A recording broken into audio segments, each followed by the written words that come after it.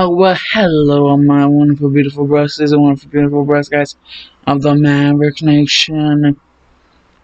And welcome to part 2 of What If Kurama Was Izuku's Mother.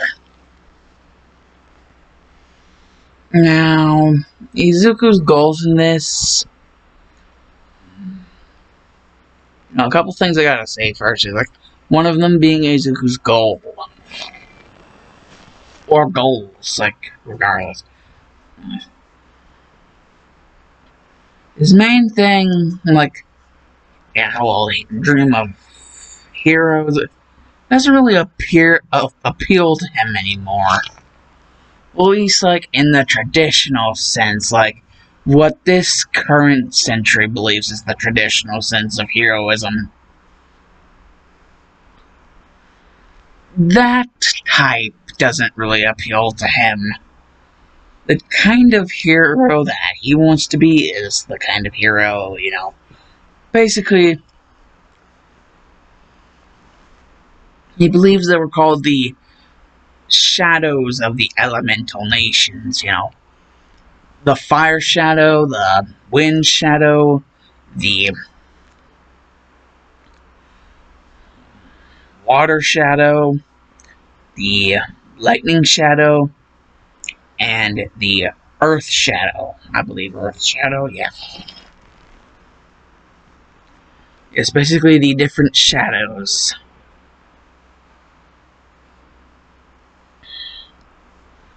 Basically also known as kages. Basically, Izuku wanted to kind of, re-enter, not just really reintroduce, because technically this, this reality has never really known, this shit. So basically, not reintroduce, but introduce this world to the ways in which, of the different shadows, basically, he wants to eventually, whenever he becomes strong enough, due to the whole hero school thing, he wants to become his own hero that's basically not only just going to be any hero, but he's going to be a hero who is the literal shadow of his own village. And Izuku, even knowing that it's not just a shadow, there's also, behind that shadow, there is the daimyo of the land in which that shadow resides over as the leader of the village. Basically, whatever land he puts this village in, he also wants there to be somewhat of a sort of land thing. He knows that there's going to be a village, but he wants there to be a land area where he puts the village. And that land area, he wants there to be a person to rule over as the daimyo. Because,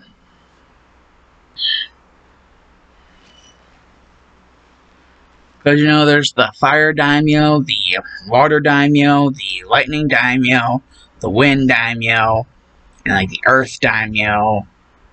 Basically, yeah. And Izuku's more or less wanting to be one of the shadows.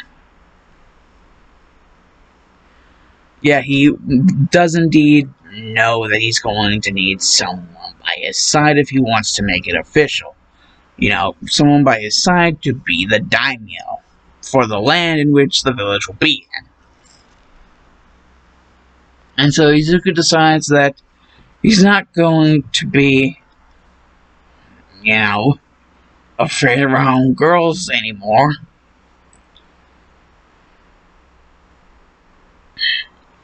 Basically, Izuku knows he's gonna need somebody to, be there. Not really just one somebody, more than one somebody's. He's at least going to need not just a daimyo, but also an advisor. And, with the help of both the daimyo and an advisor, he will be able to slowly yet surely both make, basically just make more or less of like a three-sided council. One side being the, basically Izuku, and the two other sides being that of a civilian council and a shinobi council. Or more or less a civilian council and a hero council. Because it's not ninjas in this reality, it's heroes.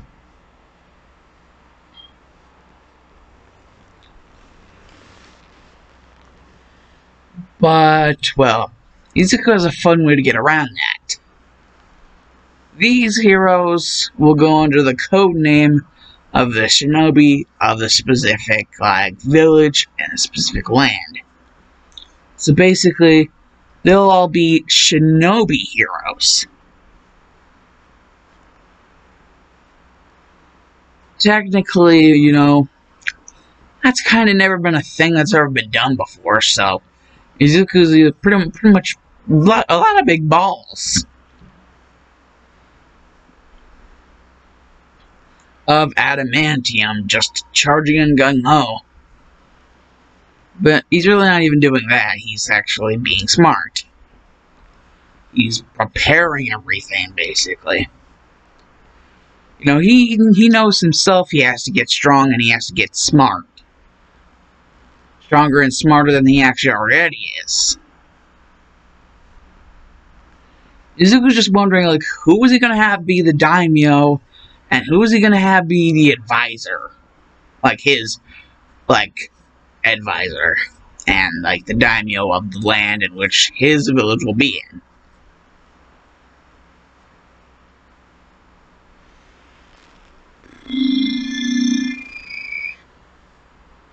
He's also thinking, what land,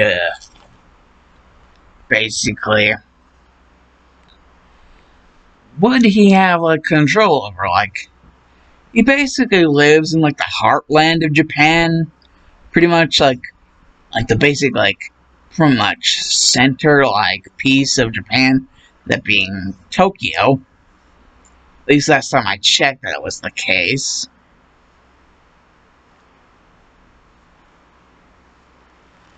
Hold on one second. I gotta check some shit. Okay.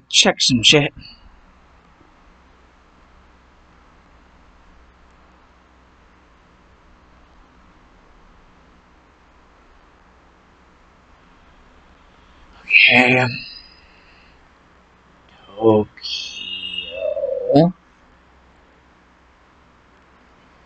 Japan.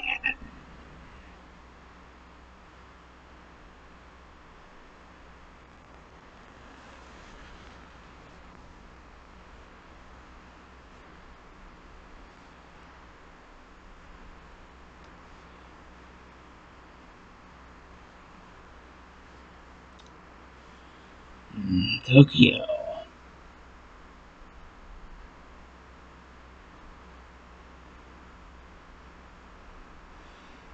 Officially the Tokyo metropolis, Japanese capital and most populous prefecture of Japan, located at Tokyo Bay. Prefecture forms part of the Kanto region of the Central Pacific coast of Japan's main island. Tokyo is the political and economic center of the country, as well as the seat of Emperor of Japan and the national government. As of 2021, population.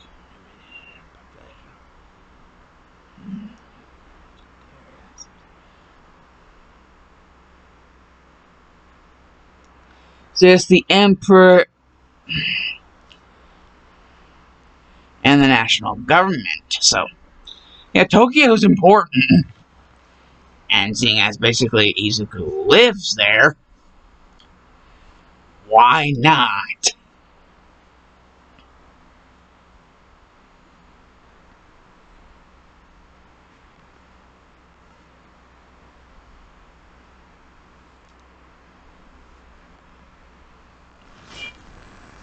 he could indeed do something like that.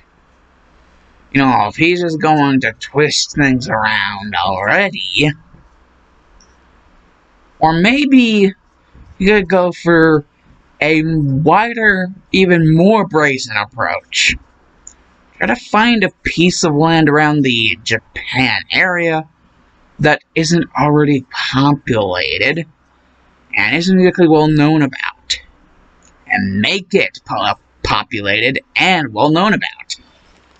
So technically, it could still be a part of Japan. It's just it's a place that nobody's really occupying, and basically nobody would really miss it because no one would have ever really known about it. But you know, it's still a part of Japan because it's still around that area. Basically, Izuku's like thinking of finding something like that. Plus, areas around, you know, where that would probably be more well protected by some natural phenomena around, like, the sea area. Kind of like how the land of Whirlpool is literally protected by whirlpools. Yeah. So basically, something like Uzushiyogakur. Basically, like land of Whirlpool, literally protected by whirlpools. He wants to look for something like that. Something like nobody's really bothered to claim. I mean, it is a part, but nobody's really bothered to claim it. And there's really no one freaking living there. So he can just, you know, make it his own.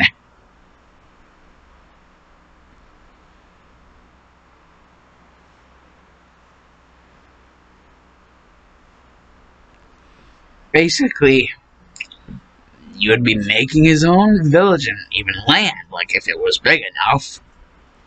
You would want to make sure about that, like, not just in order to make a village, but for the entire place to be big enough to, like, an elemental nation. And Izuku doesn't seem to be in luck, because the year 3000, a lot of, you know, different climatal changes have been taking place, and basically, you know, forming, like, you know, the whole tectonic plate deal, like, basically the Earth is changing. And so it's basically the structure of Japan. The different islands that's, you know, the whole entire thing is made out of. There are more things coming up to the surface. Basically, making a lot more room for, like, extra monopolization on, like, untechnically claimed property. Like, you can say it's a part of your country, but if you technically haven't actually claimed it for yourself, someone can indeed use it. It's kind of like the whole fair use deal. Basically, yeah, Izuku's thinking, find something like that, which there's bound to be something like that around the time of the year 3000. It's bound to have happened sooner or later. And, well, after figuring out where exactly it's going to be, he still has to figure out, well, an advisor and a daimyo.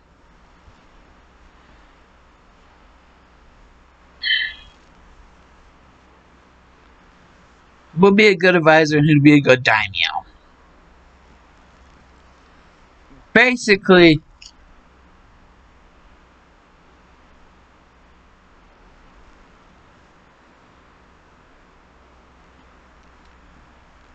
it would be around the time of, you know, 10 months of training for the entire entrance exam. And Izuku would just be out and about, like, thinking and amongst his head, basically. Just thinking, and, well, another thing I wanted to mention to you guys, but you would already know if you actually looked in the description of the first part, which I noticed I forgot to put it in the video, so I decided to put it in the description of the video. You know, the actual recording doesn't have it, but the description of the video, it is indeed in there. Izuku has a half and half quirk.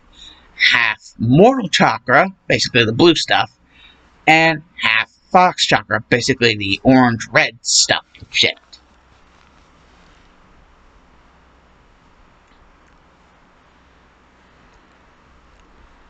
And yeah. Basically, Izuku can use chakra. Like, it's a quirk, but it's also not a quirk, basically, so All For One can't steal it. You know?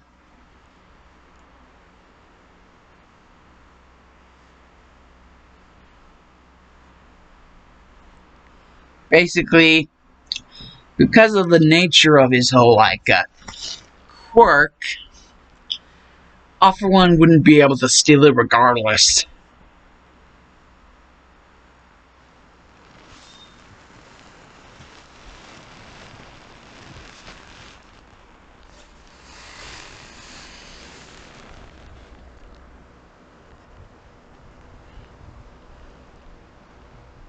And the whole thing about Izuku's dream and everything, his mother's completely fine with him following his dreams. If he wants to make these changes, if he wants to do what he wants to do, as his mother, she will support him every step of the way that she can.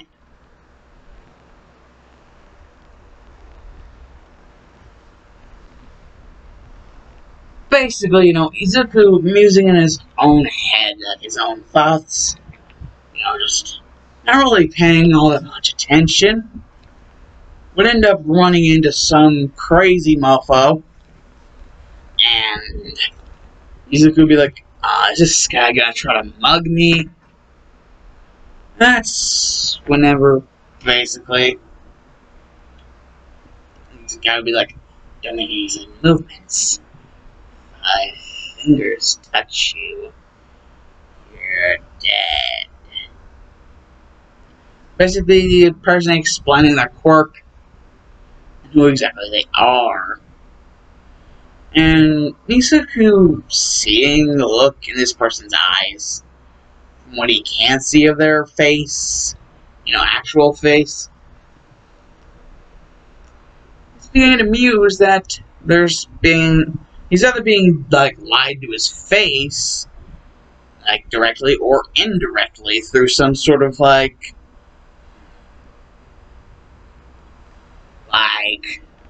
voodoo shit. So he's just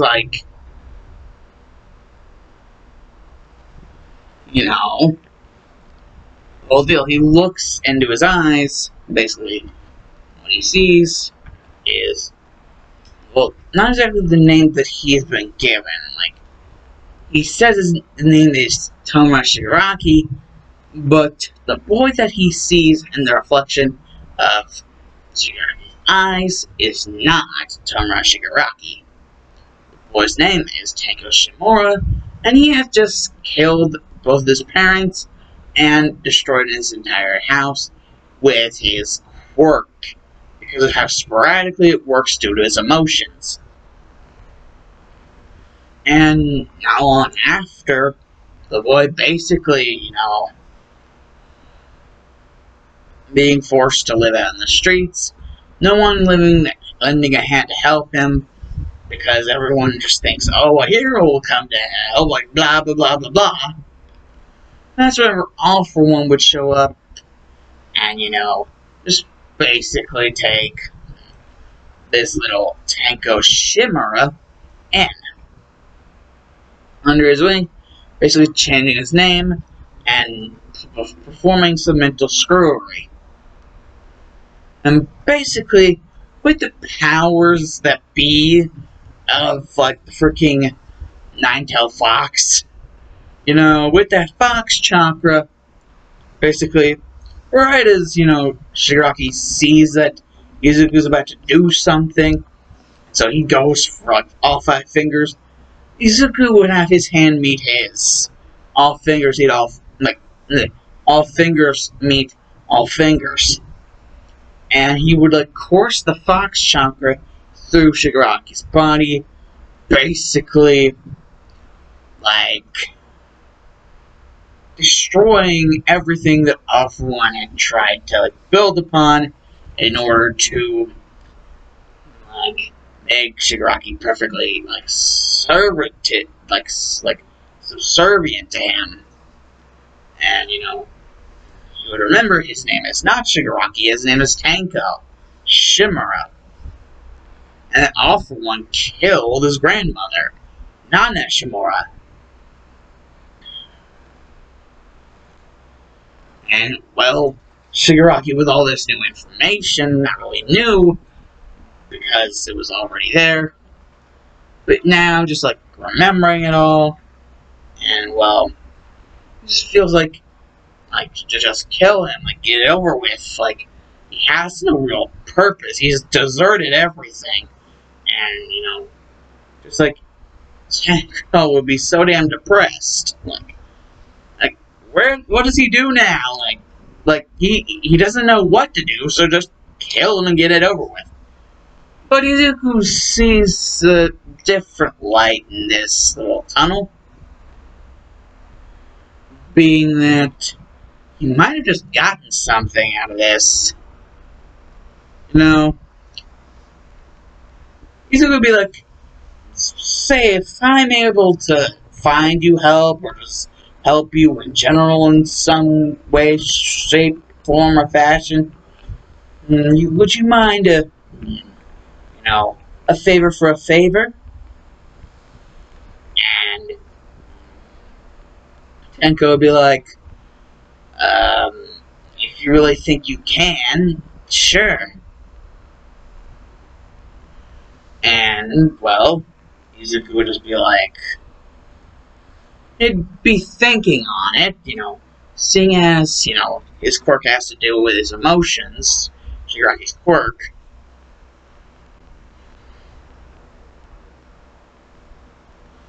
He still indeed does know the potential that Shigaraki, not really Shigaraki, but Tanko, can have for good.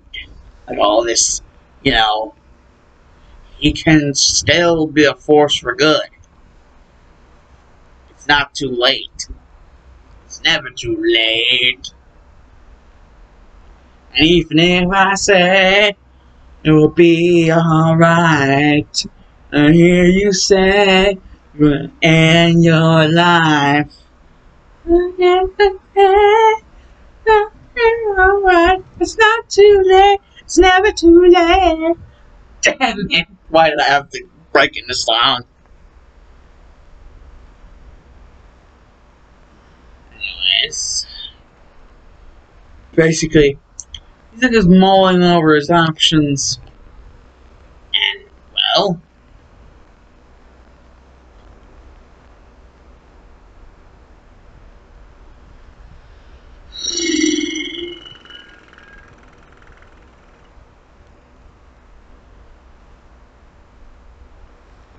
considering Shigaraki's quirk and everything, he's wondering, like, seeing as everyone does have chakra, it's just they don't really bother to learn it, and, well, they don't actually know that they have it. And that's the thing. Maybe if you tell Shigaraki about how everyone has chakra, he could help him, because if he doesn't have to use his decay quirk, then, maybe his emotions will stabilize themselves out so that maybe if one day he wants to use it, it won't go awry. And Izuku figures the logic of that out, and he's just like, well, it's worth a shot. Basically, that's exactly what Izuku basically does. He basically informs Tenko about everything, about Izuku's own ambitions, his own dreams, and hopes and shit for the future. And tells him about how everyone has chakra, it's just they, well, don't exactly know that they have it. It's like, kind of weird in that way. They all have it, they just don't know that they have it, so that's why nobody is, like, ever using chakra, because they don't know where they have it.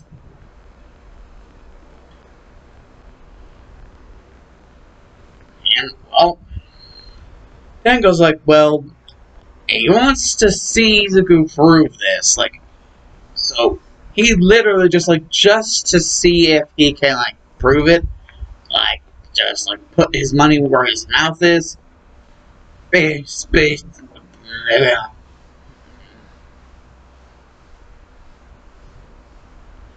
And basically, Izuku's like, well, you want me to help? You want me to freaking prove it?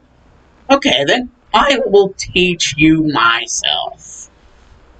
Everything that my mom and my dad have ever, like, given me anything, like, lessons about chakra and shit. And hey, I'll even see if I can get my mother to help with teaching you about chakra. And Tenko would actually be like, whoa, that was powerful. Those were powerful words. Like, he's actually pretty good, like, you know, he's actually pretty good with his words. And so he actually makes very quick friends with Tenko, like, very quick friends over the course of the 10 months. And one of the first things that he teaches Tenko, basically, is, like, the basics. Not only the different shuriken jutsus, but the Academy 3, and even not only tree walking, but water walking. And, you know, chakra control techniques for, like, different parts of your body. Like, reinforce them and make, like, the attacks stronger. At first, Tenko isn't all that sure, like, because he's afraid he might accidentally use his quirk instead of chakra. But, you know, Izuku reassures him, don't worry, if he sees anything start to happen, he will, you know, help resolve the problem. And if he can't exactly get it done right away, his mom definitely knows how to help resolve problems. And so, Tenko would actually have 2 teachers that, like, are, you know, one of them as, like, known, like, pretty much most, if not all of their life, about the facts of chakra. And the other one just as much, but their life has been a lot longer and, like, a lot more of an understanding than even Izuku himself. That being Kurama, and how long she's lived.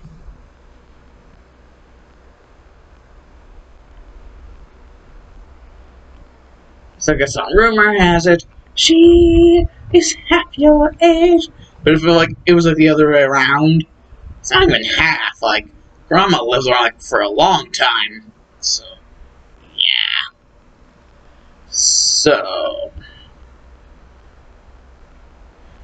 basically, around the time of the halfway mark of the 10 months of training, Tenko himself is a beast, like a freaking, you know, someone to be reckoned with.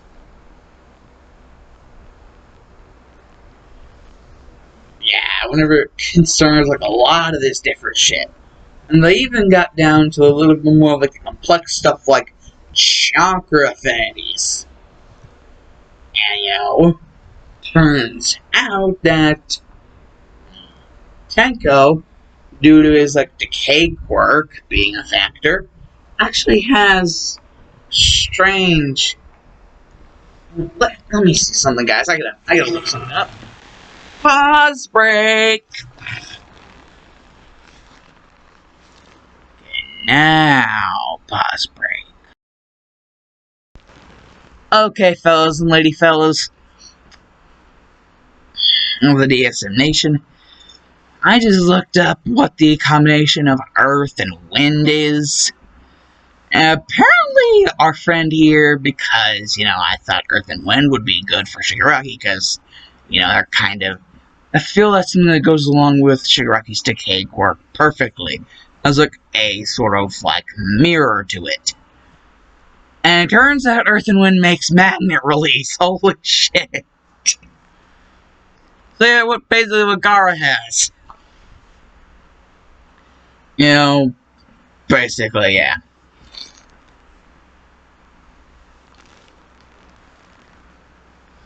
And, you know, out of all the lessons, you know, being taught, like, basically had to read a lot of scrolls.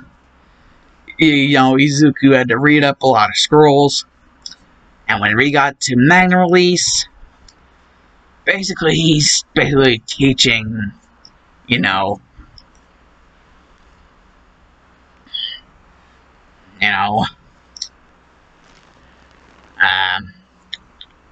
Tenko, basically, this paper here, use your chakra on it. It's special paper called chakra paper. If you use your chakra on it, we can see what happens. You see, if you have an affinity for Earth, it will do this. If you have an affinity for fire, it will do this. If you have an affinity for lightning, it will do this. Basically, what Izuku says is, basically, if your affinity is Earth, like, the paper will, like, turn into, like, a bunch of tiny rocks. And basically, if you have an affinity for lightning, the paper will start to crinkle up. If you have an affinity for water, the paper will basically just turn into wet mush. And if you have an affinity for fire, the paper will burst into flame. And if you have an affinity for lightning, earth, water, fire. Wind. And if you have an affinity for wind, the paper will float up and then cut up into a bunch of pieces. Depending on your reaction, basically will tell me what your affinity is.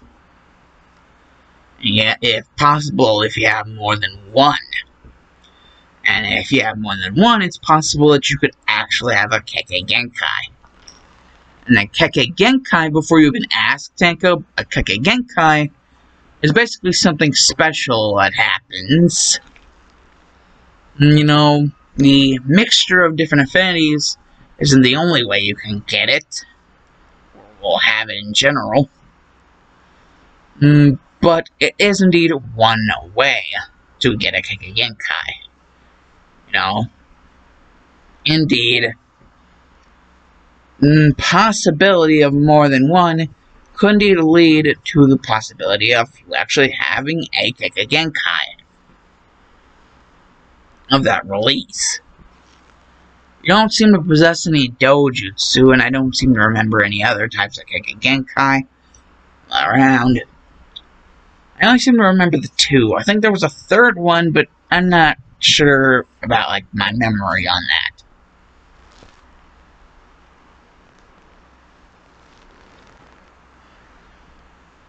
Basically, Tenko does as he's told, and basically what happens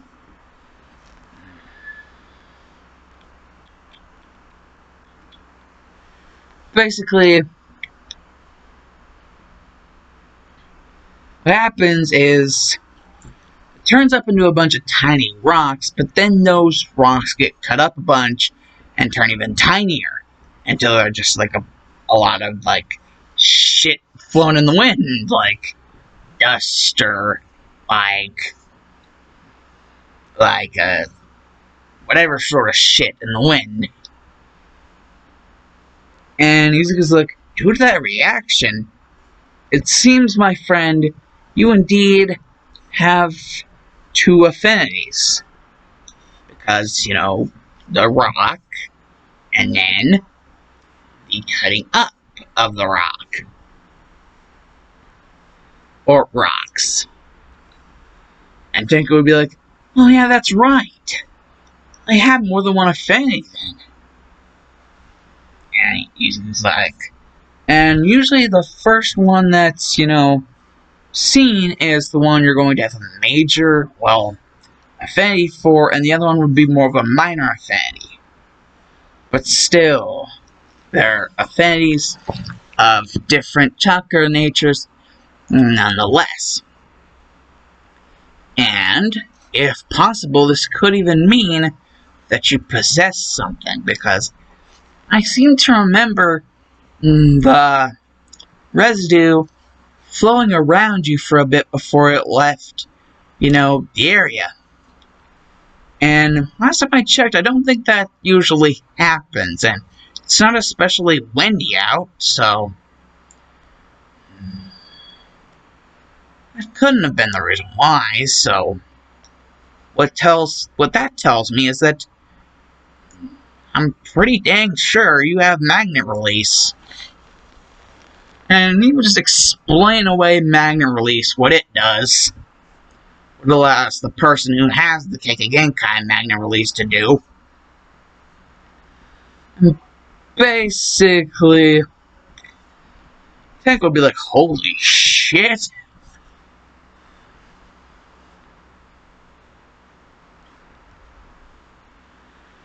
And, Izuku would actually advise, Tenko that, to start out with more of the simpler stuff to control, not really the hard stuff. Build up instead of just trying to start at the top from the very beginning. Do the smart thing instead of the stupid thing. And, well, Tenko does indeed take Izuku's advice on this. And, well, he thinks something that should be relatively easy to control, basically, after a while of Izuku just letting Tenko have, alone time to himself to figure shit out,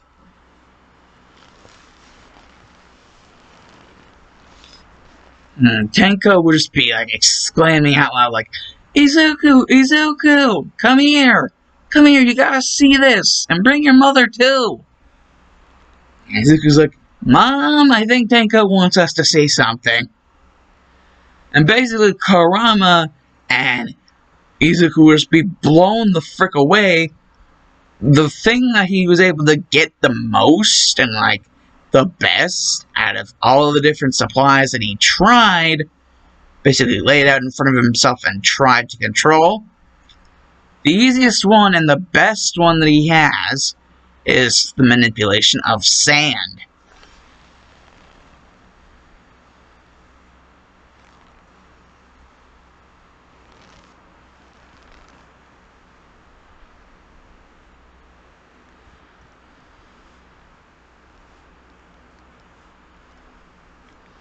That's whenever Kurama basically is like, Izuku, can you come here for a second? Honey, I think I might have an idea on why Tenko has what he has. And why sand was the easiest for him to pick up. And, best thing that he has right now, really. Basically, Kurama would explain to Izuku about the 8 other different Biju. And that, if possible,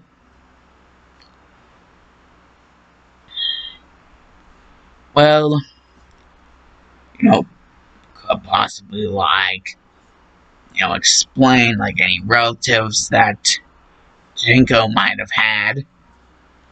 Basically, Tenko would need to try to remember whenever Izuku brought this up. Basically, he'd be like, well, there's always my aunt. She basically had this thing where she would talk to herself. And, well, some of the members of the family kind of got worried. Thought that she was insane. Then again, she never really liked going to sleep either. She said she could feel something. And that's why she didn't want to sleep. And at times whenever she'd be forced to basically be put to sleep, bad things would happen. Very bad things. I was never really told what those bad things were, but regardless, there was a lot of red around the day afterwards that was being cleaned up. Now I know that red is blood. Yeah, a lot of blood, basically. I don't know how it got there. I'm pretty sure I don't know why. And you don't even want to know why. And basically, Izuku would be like, Mom, you're right. Basically, his aunt had the one tail. And, well, Izuku just checking up with Tenko again, like, did your aunt ever die? And, like, if she did she ever leave you with anything? And Tenko would be like, well, that is the one thing I was left with. My aunt, she said it was like a blood blessing that she was going to give me. I never really understood what she meant by blood blessing, but then again, it really is kind of hard to think whenever, my quirk acts the way it does. And that's whenever it would just seal the deal for Kurama. She'd be like, oh my gosh, Shikaku, you are dead! You're the reason why that kid's quirk reacts the way it does. You sick, sadistic, freaking mutated raccoon! And yeah, Kurama would be steaming.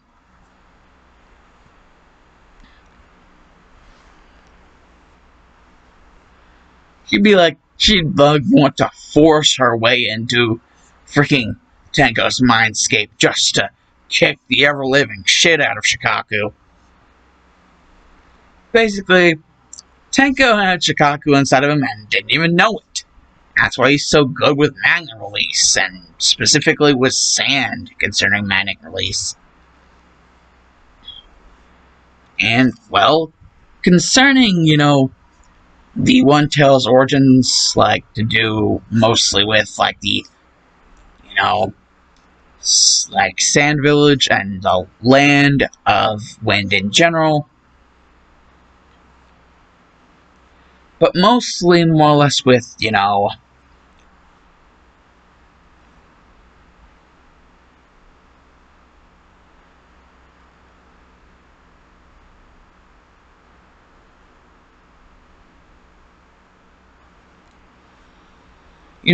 basically, yeah.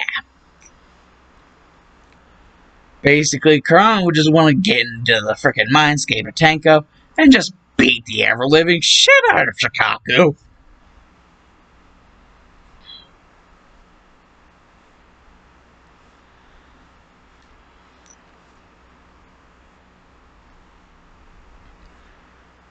But apparently, according to everything that basically has to deal with something else that basically Tenko found out about himself,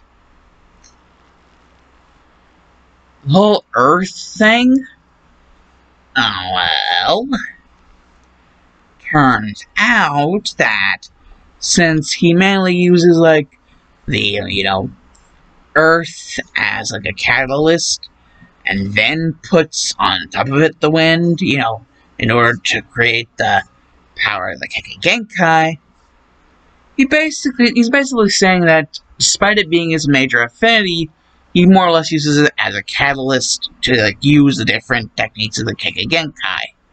So he's never really been big on using Earth, but has indeed, like, dabbled a little bit in wind.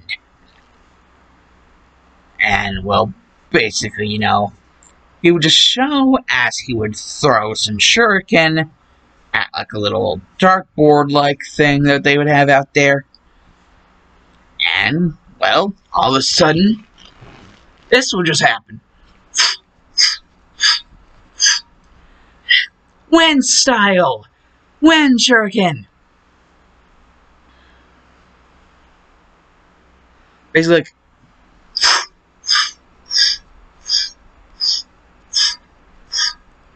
Wind style, wind clad shuriken. Yes, wind clad shuriken. And that's basically whenever wind chakra would just surround and basically turn the shuriken into like death weapons. Like insta kill. And they would just like shred through the dartboard all the way out to the other side. Even clip some trees.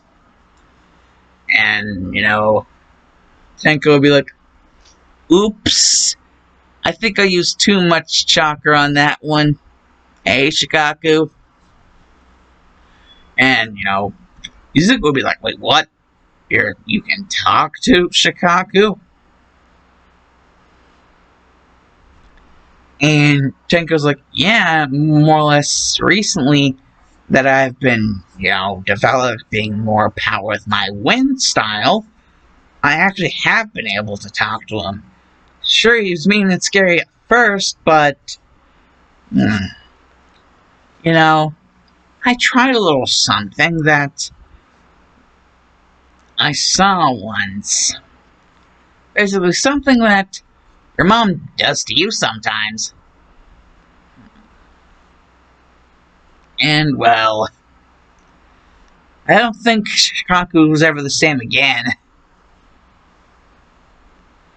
And, Tenko would kind of make the motion of, like, scratches, like, kind of like petting a dog. And, Kurama would be like, I cannot believe it. That kid just subdued and basically made best friends with the freaking one-tailed sand spirit Shikaku by treating him like a freaking puppy. Like, holy shit.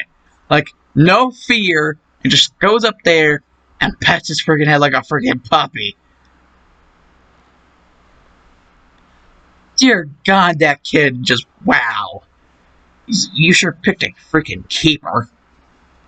By the way, you were talking about advisors and dominoes, like, which one do you think you're gonna make this kid? Tenko. And Izuku's like, well, I mean,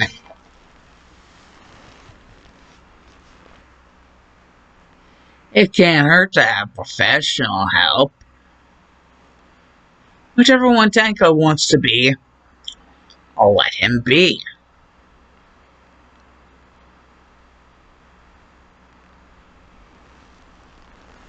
Basically, whenever Tenko hears this, he's like, he gets a choice if he wants to be either the daimyo of the entire land, or if he wants to be the advisor.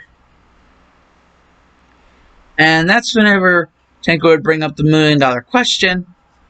Has he even thought up of, like, names for this shit? Like, the land, once he finds it and once he, like, makes it fully his, and, like, the daimyos, basically, yeah. Has he thought of, like, names for, like, the name of the kage, the name of the village, the name of the land?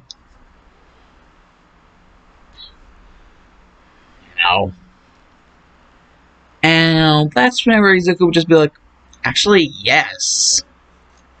It took a while, but I think I might have got something.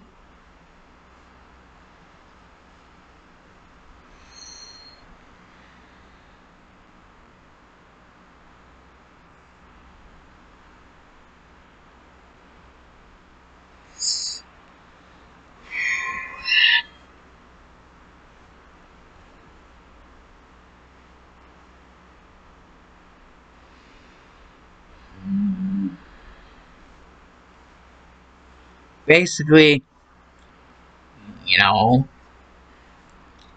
after so much mulling it over, I decided that, well,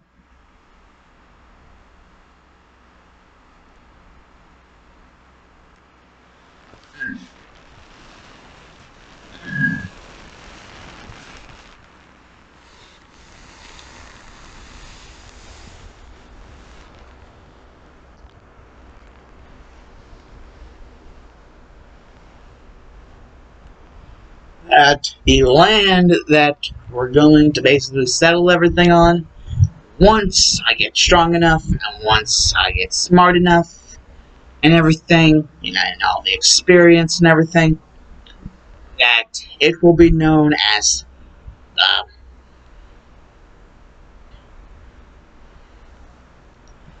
Land of the Biju, also known as Biju Country. And Kurama is just like, yeah, Izuku hasn't really told either of them any of this. Just hearing, it literally be called Biju Country, because, land of the Biju Country, kinda comes with the territory of the name. And, well, yeah, it's basically everything concerning the land, and the village, and, like, the name of the Kage and everything. When I boiled down to that,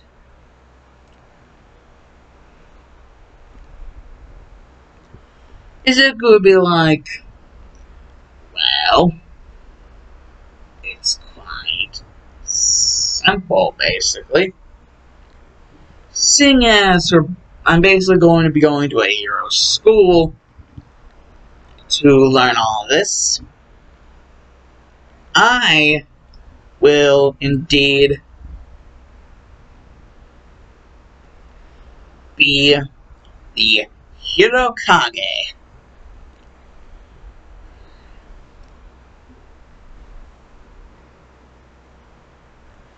of the hero village.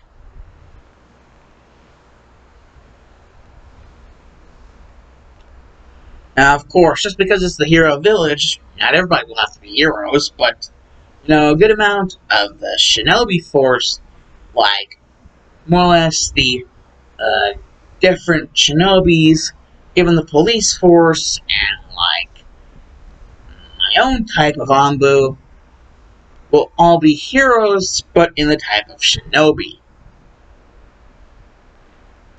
There will even be a shinobi academy run by certain, like, members of that as well. Just like how UA is basically has several heroes teaching it.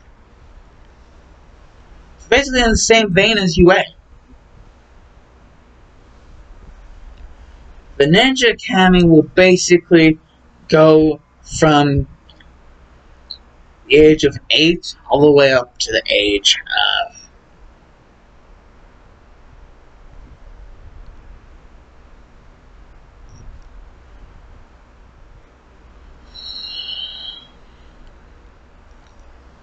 all the way up to the age of 12. 8, 9, 10, 11, 8, 9, 10,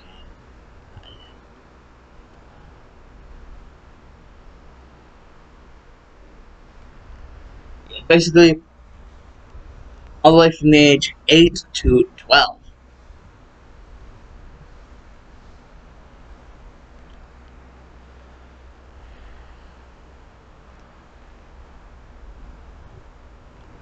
Or at least that's, what would have been as tradition in the other reality.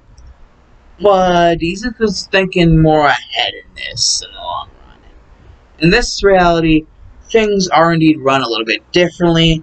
Probably would even be the same, even in his own land and own village. So, instead, it's basically going to be more along the same vein as, well, basically all school and, like, up until high school. Basically, high school is whenever the training for the ninja stuff will actually start to happen, because basically high school, like, it's UA High, so basically that's whenever Izuku decides that the Ninja Academy would actually become a thing. All Ninja Academies will actually be, like, you would actually have to get to high school, and the high schools would be the Ninja Academies, and Ninja Academies would be the high schools. Basically everything before then, not.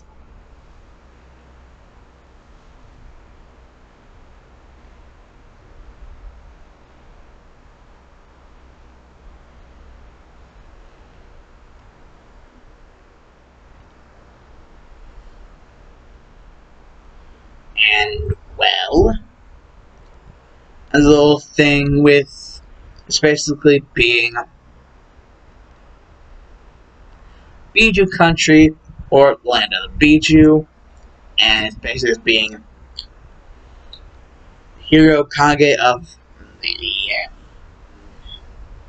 hero village, basically the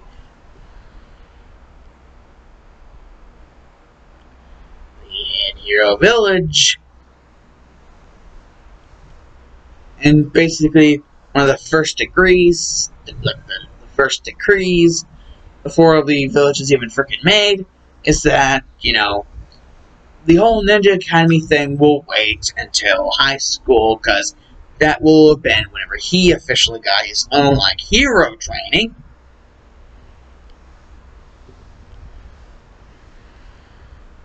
And technically, even if, like, it's more, like, shinobi-oriented training than just hero-oriented, it's still hero-related, so he wouldn't even make that sort of relation. Like, the academy will technically start at the same year as that, like, high school would start. And I think before that, not. So basically at the age of 15.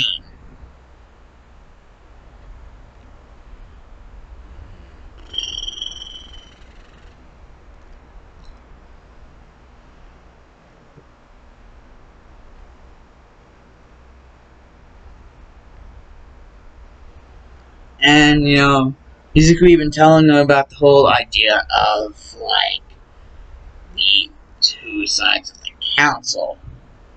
You know, the civilian side and the shinobi side.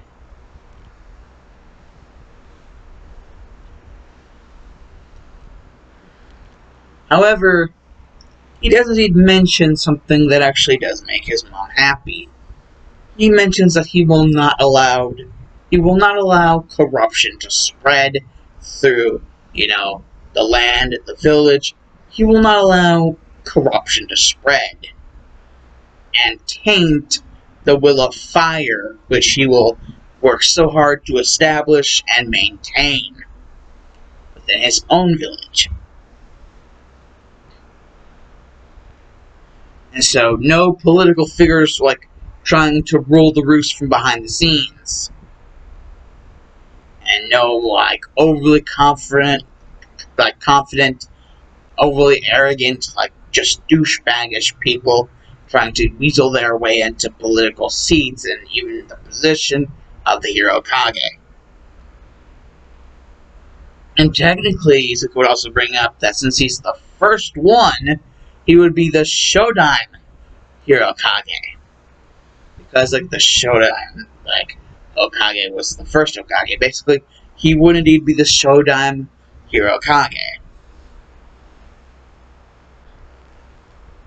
You know, Tenko's just getting educated, like, on a lot of shit all throughout the 10 months of training. Now, this is all in the first half, mind you, in which everything is happening. So, like, the first 5 frickin' months, this is all in the span of that. Basically, everything that Tenko's basically said, you know, that he would rather take the seat of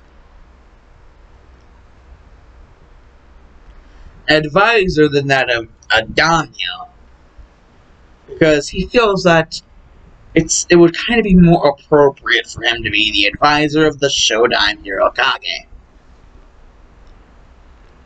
It just feels more appropriate, and plus, you know, he genuinely feels like it's like what Haku told Naruto in the Land of Waves arc, you know, about that precious person, like that thing that once you have that special precious person, you become strong because you have something to fight for, something to protect.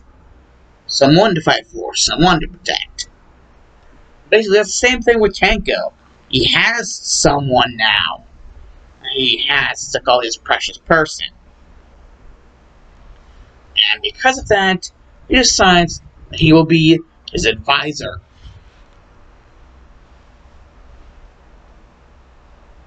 And he even brings up the, concept of, like, a possible, like, royal guard position in the midst of his Anbu.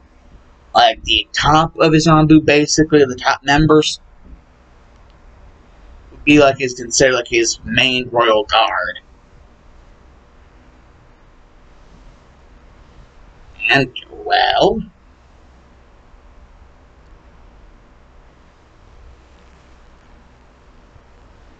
seeing as all of the, basically his mother's previous, like, 3 containers, like, 3 ones that she's had, like, basically Mito, Kushina, and Naruto, they were all Uzumakis.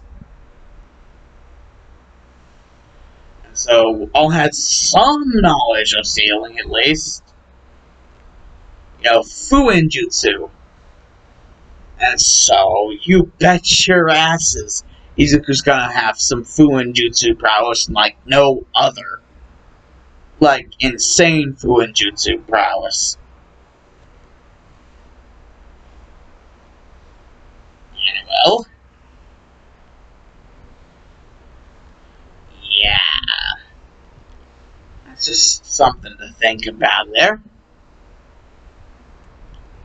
Basically, Izuku's like, now, all he has to do now is actually get, like, Anbu, and, like, freaking, Anbu, and, like, a freaking Daniel for his freaking land. Shit to, like, for his, like, village and shit. Basically, Izuku knows he could make, like, just out of regular wood, using his wood style, but, a big part of him, a big many parts of him thinks that's, would be a bad idea to just use any wood. And that's whenever he remembers his wood style is very similar, if not, like, almost identical to that of the Shodime's wood release. Yeah. And so this is not any normal wood. This wood would be like the walls in, like, Attack on Titan. Like, nigh impenetrable walls. So this isn't normal wood. This is Hashirama wood. So, yeah, that's basically, all Izuku's got there. His wood release is like Hashirama's wood release. OP as hell. And back.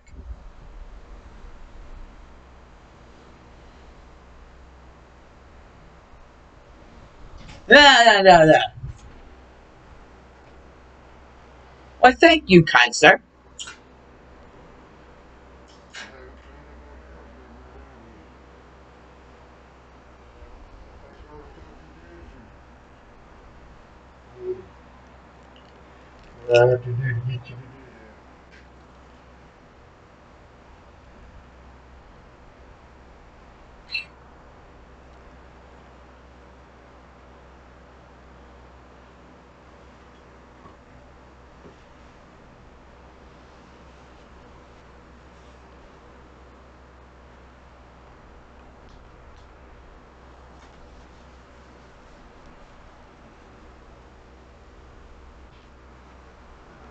Night.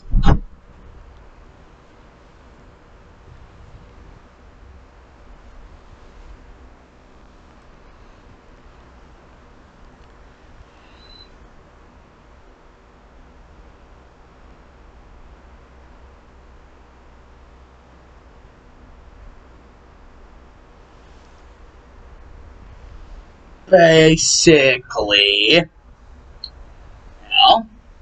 Izuku finally, just getting himself psyched up, getting himself in the game, being like, okay, preparations for the village, my advisor. And basically, all of Hero Country, well, in general, when do you think we should start? And, well, Kengo's like, Whenever you're ready. Lord Shodime, herokage. You know, Tenko just being all formal and shit. And Izuku would just be like, "Aww, that's so nice of you." Anyways, Makuton, and just like some shit on some nearby island, but not too nearby, will just start to pop up. Yeah, Izuku's freaking chakra is like Aizen's spiritual pressure. It's like not even like perceivable by mortal eyes. Like the amount of holy shitness that this man has at such an age for him to already have this shit. And you know, don't think this isn't going to make the freaking news. Basically, eventually, you know, there's the entrance exam that comes up. You know, Izuku wouldn't trip because he would have his advisor with him because, you know, Izuku would think, you know, you have a lot of talent, Tenko, you shouldn't squander it. And if you're going to be my advisor, I think you should be pretty strong too. I mean, if the village is going to be strong, the Kage has to be strong. And, you know, you would think that if it was a strong Kage, that they would also have a very strong advisor. And, well, like, just jumping in a moment's notice. Like, yeah. And Tenko's like, wow, you're actually already pretty smart yourself. And, you know, Izuku would just be like, oh, and before you, like, say anything like Shodime, herokage, or anything, not in front of other people. They won't understand. Let me help introduce that.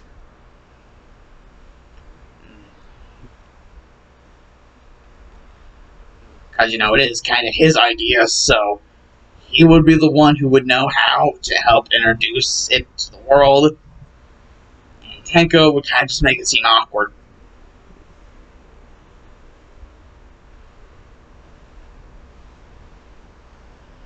You know, Izuku would even, like, he would actually have, like, a to-do list.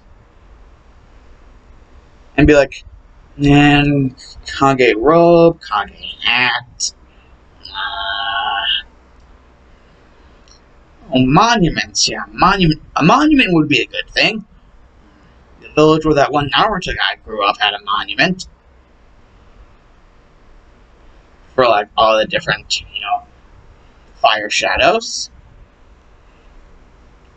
Basically, like, Izuku would be, you know, going through all of that, and basically just, like, either would try to start his shit, but Tenko, even without really, like, you know, doing any of that obvious shit, would still, you know, perform his duties as the advisor. And, you know, really, Izuku's only other protection besides his mother. You know, like, if you got a problem with Izuku, you gotta get through Tenko first. Like, he's the advisor of the herokage, and he'll not stand for anybody's bullshit. And so, yeah, Ida gets, pretty much, he starts beginning to feel heavy, and, like, he's like, what the hell is going on? And all he would hear is just, like, sand style, sand tsunami. Be like, and Ida would just, like, Ida would just get flung into a wall, buried in the freaking sand.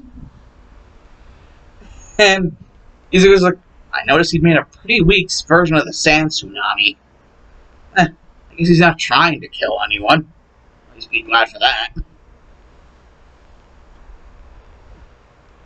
And, well, basically, yeah. And, you know, whenever Ida tries to, like, you know, and, like, keep Izuku from distracting that girl or whatever, you know, with his choppy hand motions, like Rock'em Sock'em Robots. God, I feel old.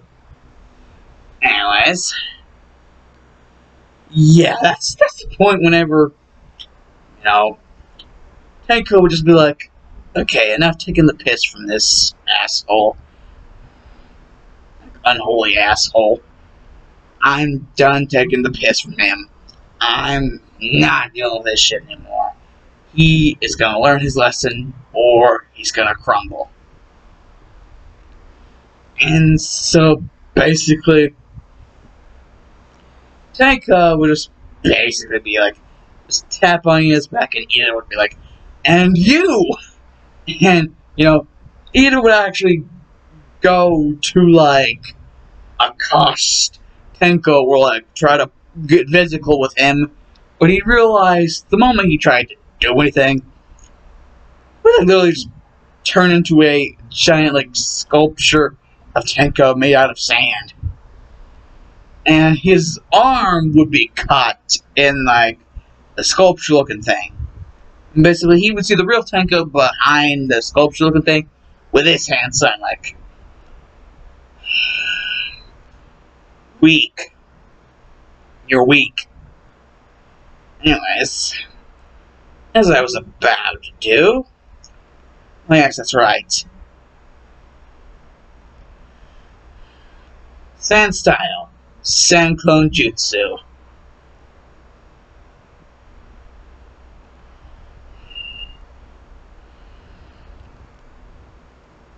And then he'd just be like,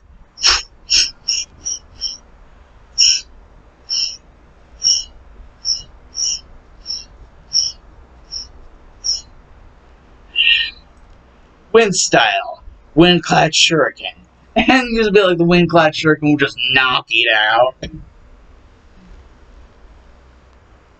And, Tenko would kind of remark at how he's gotten better control over his wind-clad shuriken over, like, the time that he's been training.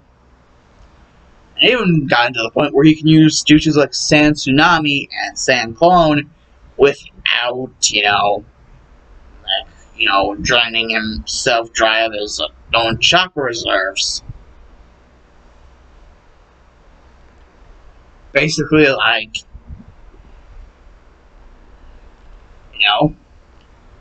he's basically just freaking bitching people, like, he's like, bitching Ida. And, Izuku would go up to talk to this person. And the person he would go to talk to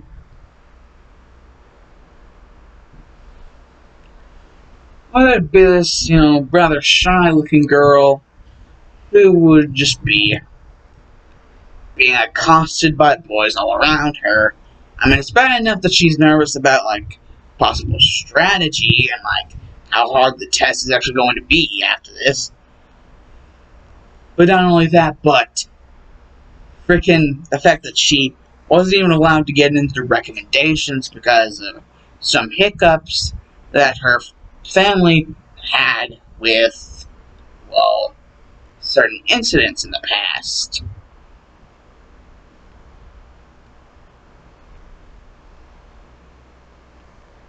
A couple of guns regarding really serious shit. So she wasn't even allowed to get, what she thought she was going to get, get this, into this through recommendations. She had to take, the normie test. But, she isn't actually all smug about it. She's just like, man, this sucks. I was totally preparing for actually taking the other test, and now I don't know what to do. And all of that, but she's being accosted by people who do not look like the nicest type. And, well, oh indeed, they would definitely get their whole night and day full, basically.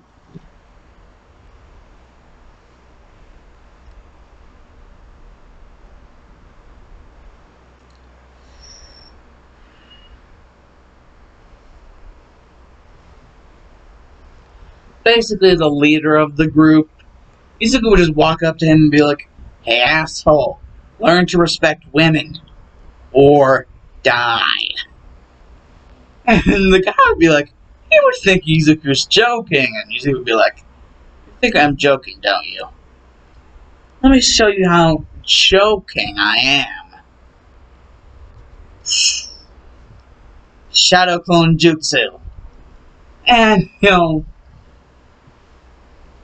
guy would just be like, "Wait, what? Did you just copy-paste yourself?"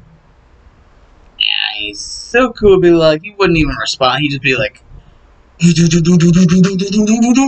be like, "Rasengan! Boom!" And take a guy out completely. Like, he wouldn't even know what dimension he was in. And Momo would have just seen that, like, finesse and power that he did all that with. Like, that Izuku just, strutted his stuff with. Just Rasenganing someone into a wall. And Tenko would be like, "Yep. That's my friend." And Momo would be like, "You're friends with him? Well, could you help me introduce myself to him?" "Yes, Momo." I said Momo, damn it. I want to make it a surprise. Anyways, yes, it would indeed be Momo. Yaoyorozu. Momo Yaoyorozu.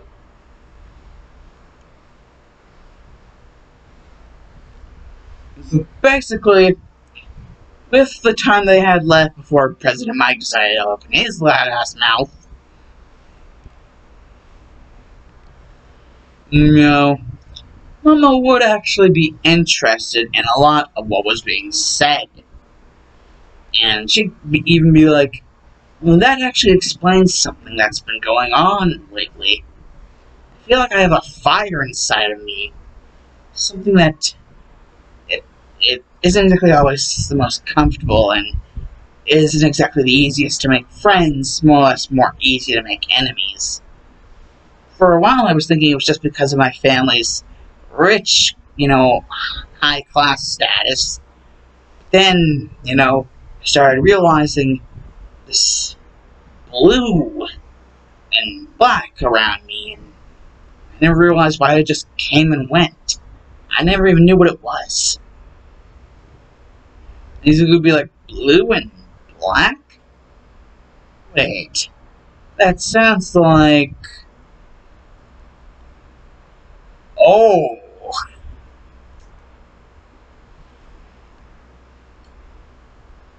Basically, Izuku would just be like, "Momo, have you ever asked yourself, like, if you could possibly have a friend, within you?" And Momo would be like, "A friend within me? You mean like those rumored things, those things called, like, if I'm a Jinchuriki? How would you think I'd be a Jinchuriki?" And Izuku would be like, "Well, so at least what I think would be the case. In the case of the blue and the black, you must have a major affinity for fire then. Because blue and black, last time I checked, that would mean be the two tails. Two tails, not a tabby."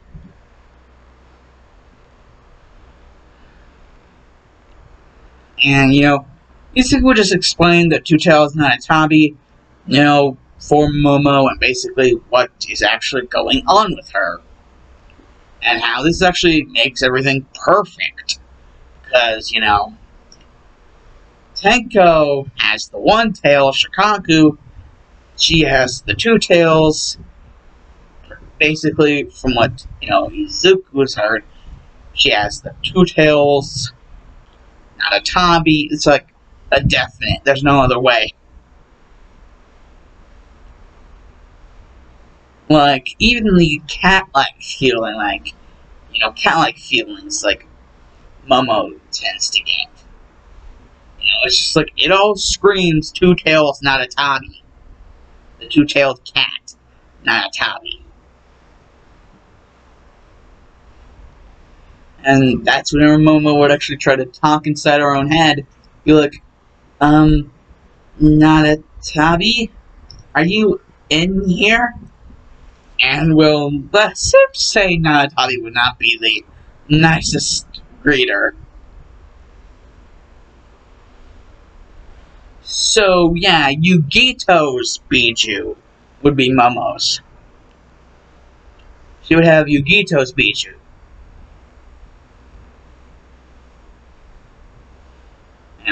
Basically, the whole thing with that is, well, they'll all be sent off to different gates, which really wouldn't be a problem. And the whole thing about including Tenko in this is basically, I'm gonna have Tenko replace somebody. And basically, Tenko is going to replace... what I want him to replace?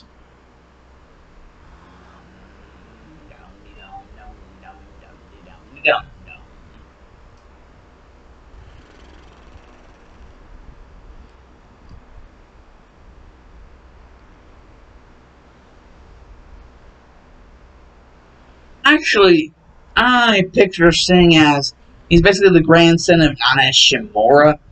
I think, seeing as All Might, Nana was one of his teachers, the other one being Gran Torino, that I guess they would give him kind of a little bit of leeway and put him in Class 1A with Izuku and Momo, where they eventually would be. So, just say that. Just so that we can, try to save face as much as possible.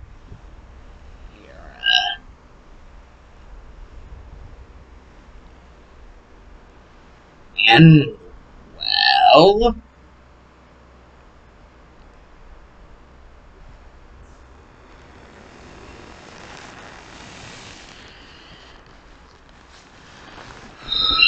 basically, 1-pointers, 2-pointers, and 3-pointers. Basically, Izuku having told everyone everything, basically. Izuku already knows how to use his shit. And Tenko is actually pretty good already. The only one who would be lagging behind it all, that would be until the Tabi, basically the two-tailed cat, would basically just be like, fine, I'll work with you. And land Momo over, some of the chakra. Basically, that's where Momo would start to pick up. And so the top 3 scores would actually be in this order: Izuku, Tenko, and Momo. So yeah, basically they would get the top 3 scores. And, Shoto, then Bakugo. Bakugo would get number 5. Imagine how pissed that would make him. So yeah, and the whole thing with a 0-pointer, that would have just been for the fun of it. And Izuku would actually want to experiment with something to see if Tenko and Momo could perform tailed beast bombs. And sure enough, they could. They would do a triple tailed beast bomb on the freaking 0-pointer. And safe to say there'd be no more left of the 0-pointer after the triple tailed beast bomb hit. Momo would actually admit that felt freaking amazing.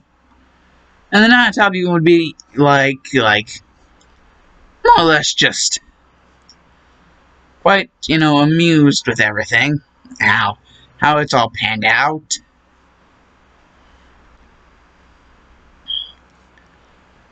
And be like, maybe staying on for the ride would be quite nice. And, Izuku would even ask Momo the question, pop the question. Seeing as I already have an advisor in the form of Tenko here, would you like to be the hero daimyo?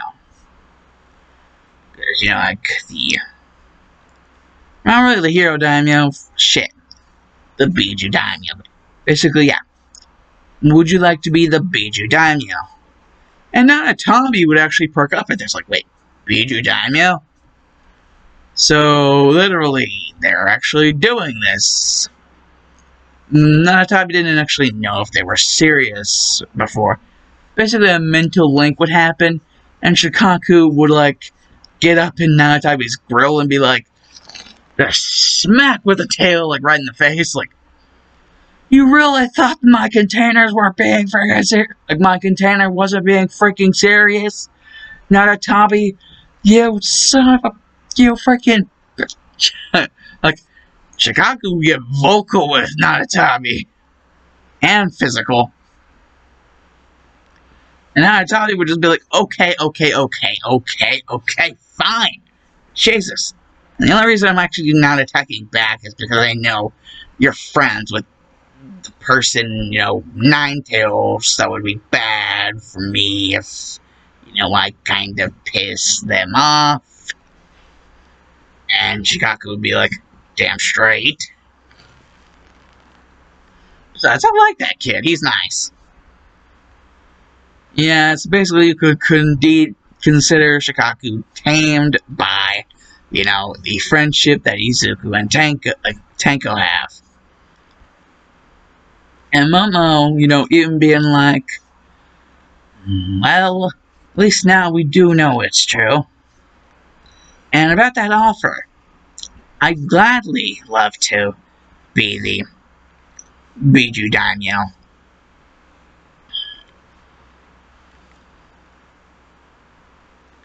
So yes, we have our Kage, we have Kage's advisor, and we have the daimyo. Now we just need to get freaking Anbu and other shit, different rankings. And the council even, like the two different sides of the council, the civilian council and shinobi council. And Izuku already admitted it to Tenko, he now admits it to Momo as they're leaving. He's not gonna let the seeds of corruption seep in through the cracks. And Tenko's even, helping with that. Like, no corruption within the midst of the council.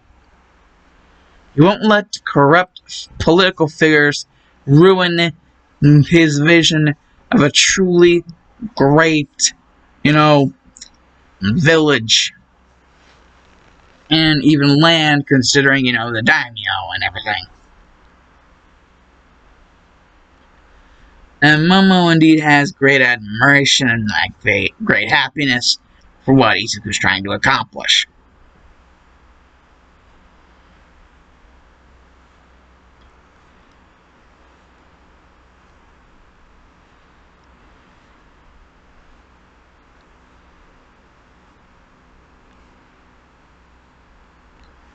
So basically, we have Izuku as the Kage, Tenko as the advisor, and Momo taking up the job of the daimyo.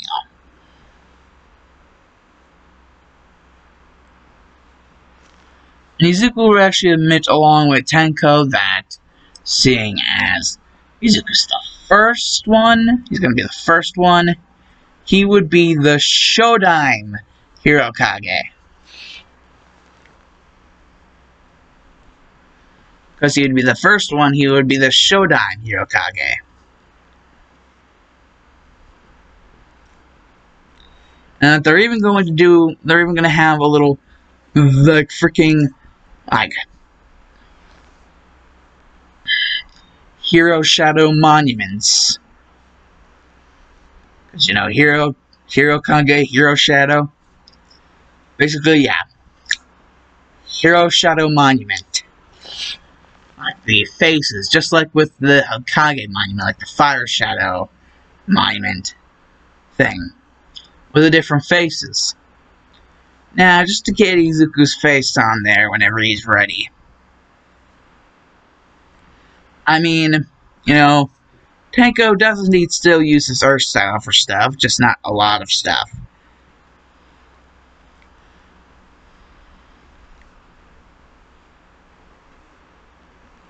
And Izuku even tells Momo that regardless of the way it actually looks, his wood is actually a lot stronger than normal wood. You know, because he basically has like the whole Hashirama deal, so of course his wood's going to be stronger than normal wood.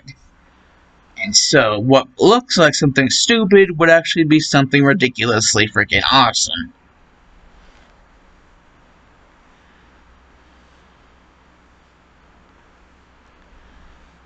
And even whenever, like, Tabi hears about this, like, holy shit, he's using the freaking Hashirama level wood? Holy shit. This village is gonna be freaking amazing. And Izuku even brings up making walls around, like, the outskirts of, like, the land, like, the country, to keep people out. Like, that is if, like, the other shit, like, around the island mass doesn't already do that for them. Because Izuku does admit, like, the area that he did pick, you know, does indeed have its own natural ways of keeping people at bay. And, you know, if that doesn't work, he basically would make walls around the entire freaking country. Because of his batshit insane level chakra reserves. You can do that really without making much of a sweat. Like, breaking much of a sweat.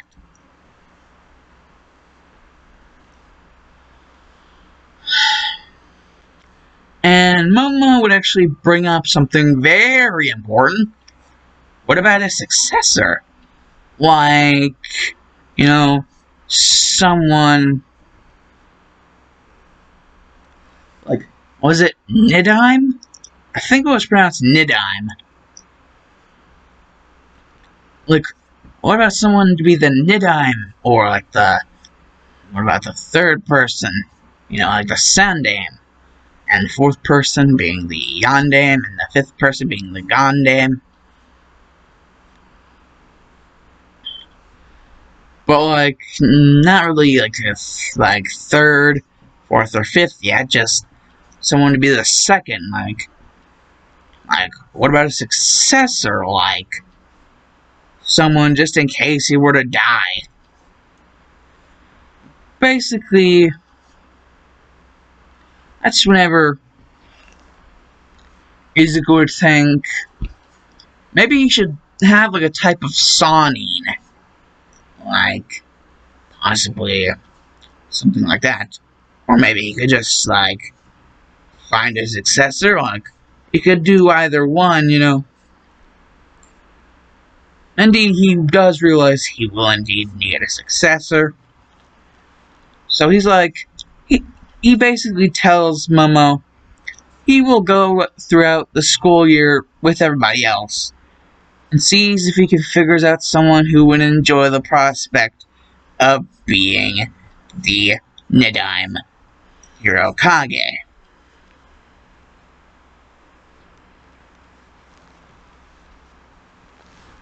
And don't think Bakugo isn't hearing this from afar and being like, Nidime herokage,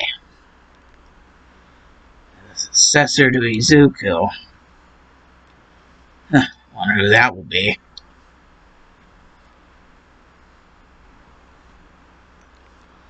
Yes, Izuku actually has to worry about who would be his successor after he was gone.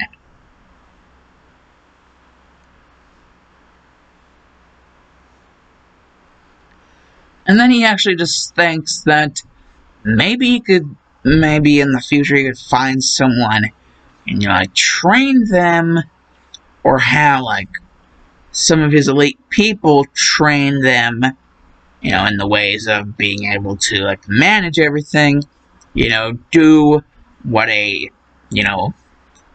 someone like a Hero Shadow should do for the village. You know, the will of fire that Izuku was rambling about, he was going to recreate for this village. And Momo actually really likes that idea.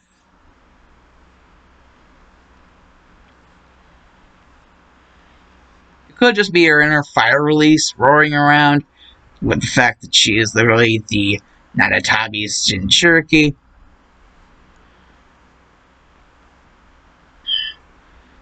And, well, it could be lots of things.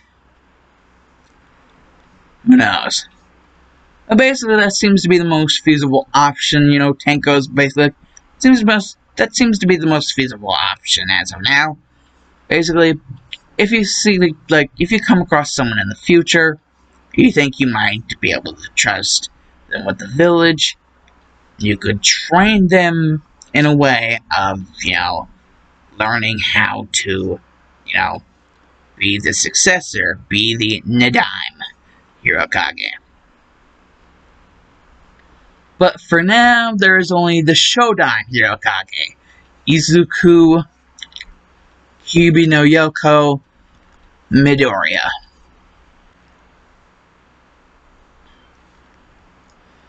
And, well, not only that, but the entire, pretty much person, all about the entire land aspect, the freaking Biju Daimyo, Momo Yaoyorozu, and, well,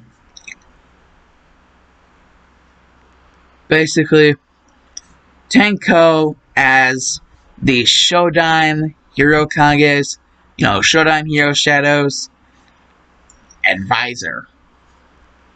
And, Tenko would even, admit some stuff that, Momo should, and keep into consideration, stuff about jutsus and basically ninjutsu, ganjutsu, taijutsu, and even senjutsu, possibly. That's some stuff that even him and Izuku have been talking about. Possibility of senjutsu, and even kenjutsu, and fuinjutsu, which Izuku is actually getting really good at, beyond, how good he was at it before. And for Tenko, really, he's finding he has a good knack for,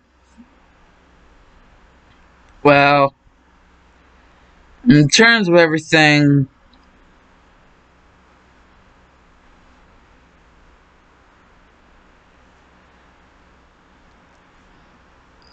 he's actually interested in possibly learning some of the senjutsu stuff.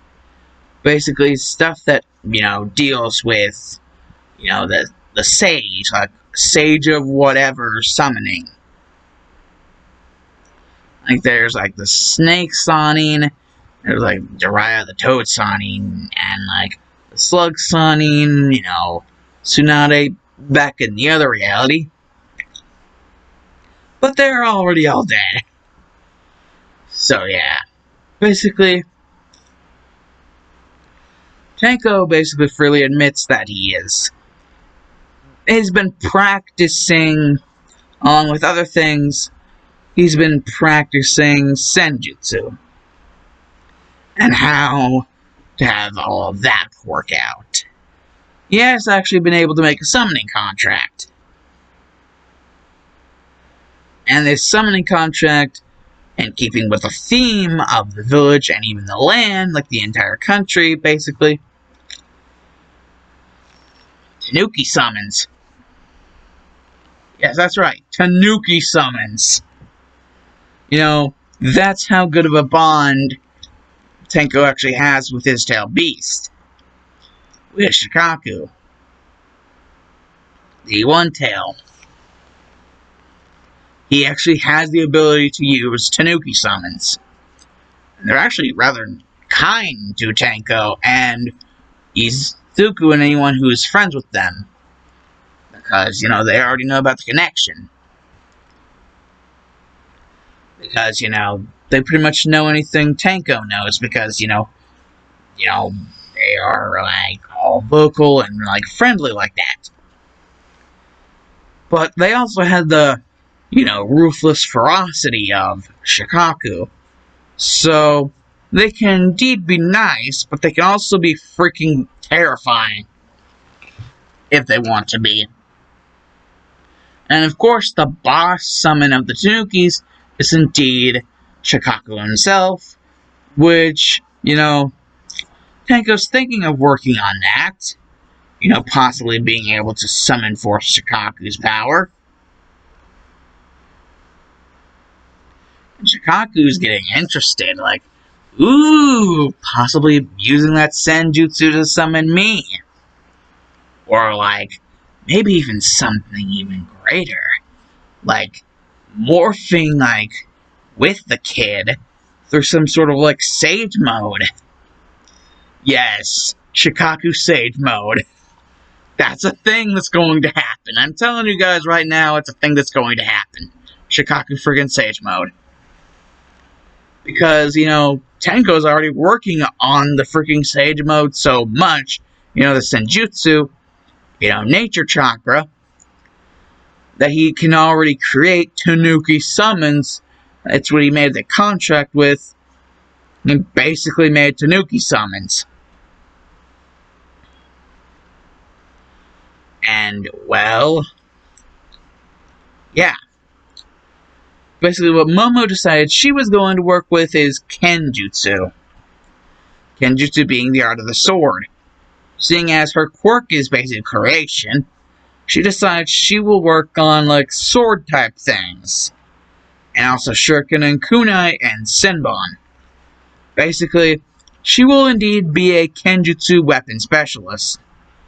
Not just Kenjutsu weapon as in just swords, but Kenjutsu and also weapon specialist in general. So, indeed, she's good with a sword, but she's also good with, like, ninja weapons in general. Basically, like a ninja weapon mistress of sorts. Like how Tsunade was known as the Slug Mistress.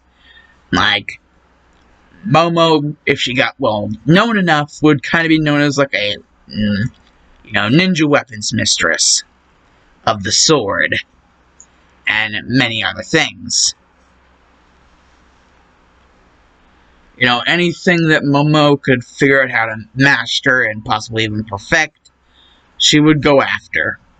So we got someone who is, like, working in the art of Kenjutsu, and someone who is working in the art of Senjutsu, and someone who is working in the art of Fuinjutsu. The Fuinjutsu, obviously, it's going to be Izuku because of, all of Kyuubi, Kurama, basically, all of Kurama's previous, all of their containers, basically, have been, Uzumaki's. And so, it's obvious, Izuku would indeed be, it would be obvious for him to be a Fuinjutsu master. So that's what he'd be working towards. Amongst other things. And, his advisor would be the one to, be, like, learning up on different types of Senjutsu, like some, like, sage shit, like summoning jutsu, and, like, sage mode, and even, like, not just summoning, but sage mode even. Not just being able to summon Tanukis, but, even to the point where you'd actually be able to have a literal Shikaku Sage mode. But that's neither here nor there as of now.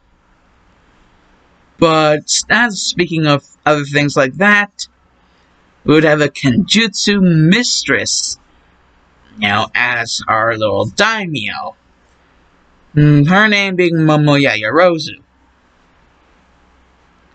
And Momo, basically saying that, well, that's gonna kind of be her thing. She's going to basically mainly be a weapons specialist, specializing in jutsu that, take the cooperation of the user of the jutsu and the weapons that the jutsu, like, comprise of. Like, basically jutsu that require, like, both, like, the chakra of the user and the ninja weapons.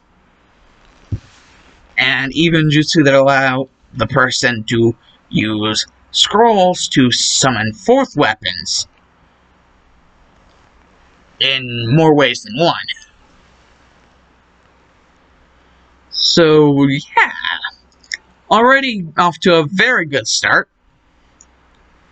Now, to think about the fact of, like, the whole shodime of the leaf, Hashirama Senju, he had a wife, didn't he? Well, Izuku's a little young, yet, that's not really stopping him from most of his goals. But, he isn't thinking about that, like, Hashirama did have a wife. He should at least get, like, a girlfriend. Like, if he's not going to be shy around girls, he needs to work on that. And he thinks he's already had a small success, if not a big success, seeing as apparently both, Momo and her tail beasts are girls.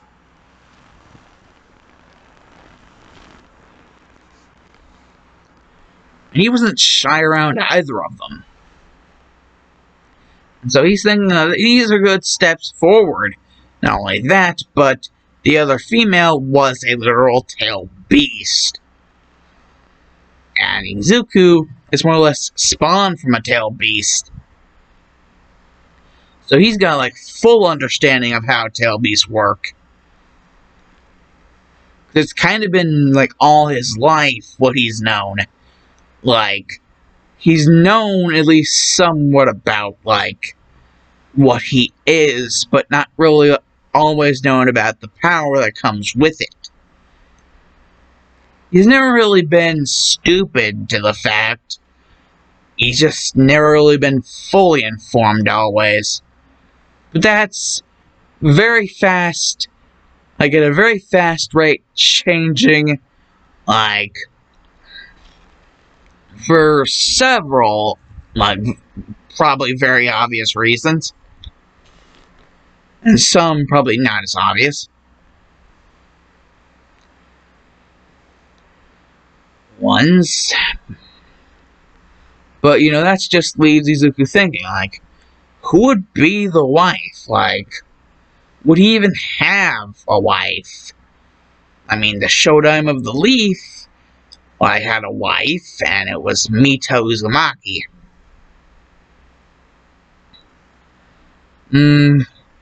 Izuku's still thinking.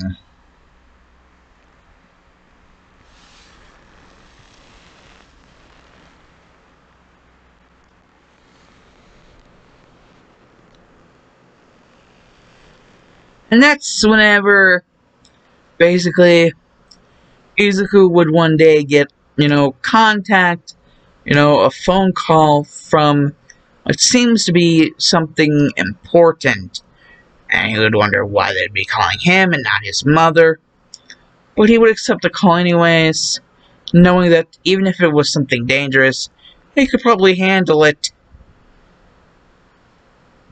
And basically, the call would basically be that David Shield, all the way over in Island, he wanted to meet with Izuku, and especially his daughter wanted to meet with him. Her name, Melissa Shield, her being the other exception, but because of how good the test scores were for Tenko, she had to be put in Class 1B. And actually, David Shield is sharing some information.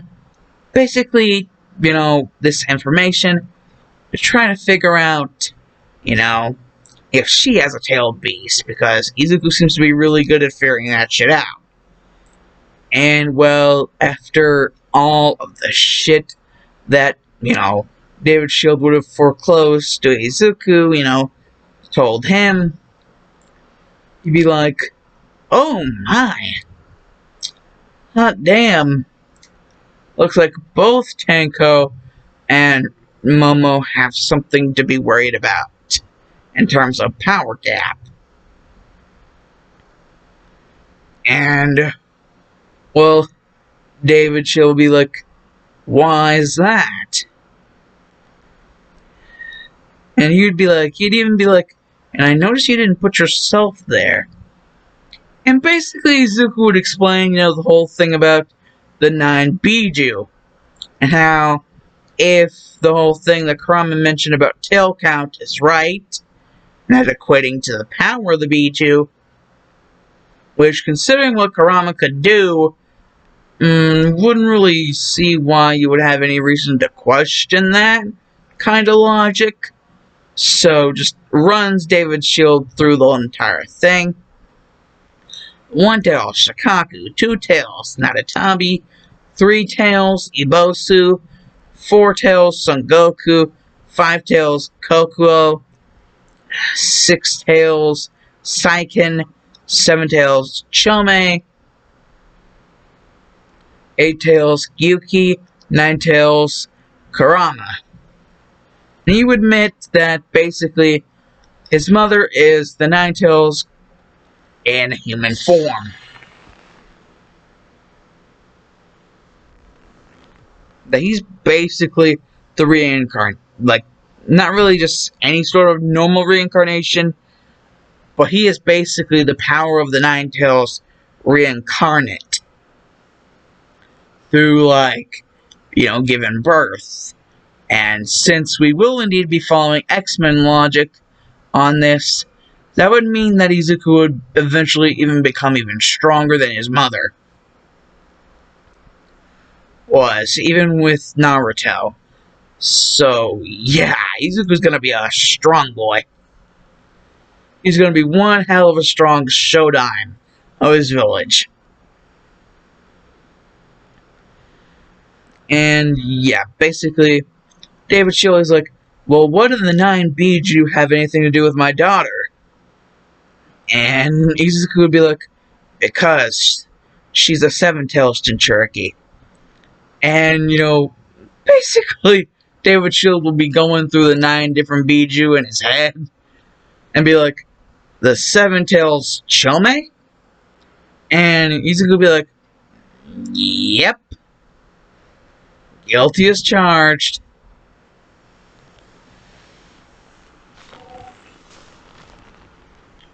Yeah. The previous one to hold Chome was a girl from Taki, basically in the village of Waterfall.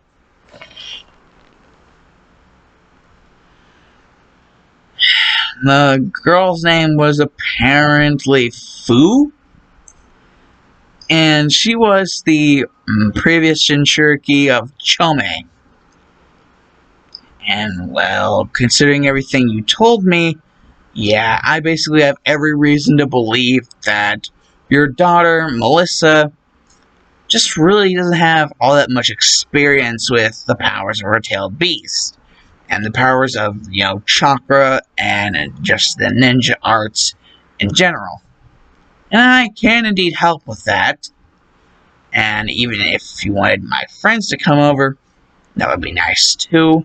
I'm sure the Yaoyorozus would love, any sort of affiliation with that of, you and, everything to do with you and all of my island and all that shit. And basically, Dave would be like, of course, and, just over a certain amount of span of time, basically, he wouldn't have as much time as he had for, Tenko, and, Momo's time wouldn't really all been all that better, but, basically he'd be like, take these and see if you can somehow manage to improve yourself from this, everything that's on these. Basically laying out some scrolls to basically help Melissa figure out her shit. And seeing as we already have a Fuin Jutsu, specialist and Izuku, and we're having a Senjutsu specialist in Tenko, and we're gonna have a Kenjutsu specialist in Momo. Basically, Melissa not wanting to miss out, she would weigh her options, and basically, the way she is now, she's thinking, what would she be good at? And she's thinking, well, considering, everything, possibly just go for maybe not exactly the easiest bet, but the safest bet that she can tell as of now. Just now getting to actually, converse with her tail beast, converse with Chome, realizing that her tail beast is actually quite nice. Not as nice and as cordial as Saiken, but still nice enough. And, well, just, after everything to deal with, like, learning all this shit and, just hanging around with her tail beast, Chome, basically she would, tell whoever she felt like it would be okay to tell, and basically just be like, she would decide that she would be a Genjutsu mistress. That would be the goal she would be working towards. And that she would work also towards the goal of possibly getting into the Royal Guard position. Because almost kind of like a sort of Central 46, like from Bleach, it's kind of what the Royal Guard would be like for Izuku. His top of his Anbu, basically they kind of be like a Central 46, like if the Central 46 were like ultimate badasses. That knew how to that basically knew how to throw down like no other. And basically, Melissa in her eyes, she'd want to be like the Undyne of the entire like Royal Guard situation. She would want to be the figurehead of that entire thing, and basically what she'd be working on is, well, a sort of Genjutsu mistress / intercepting, like, fist, like interception fist type style, like a mix in between the Uchiha and the Hyuga, and also sort of a Genjutsu mistress vibe. Like, basically, a mix of, like, taijutsu and also, like, a vibe of a Genjutsu mistress. But the two taijutsu styles she'd be mixing would be, like, the two different styles, like, the clans with the strongest dojutsus,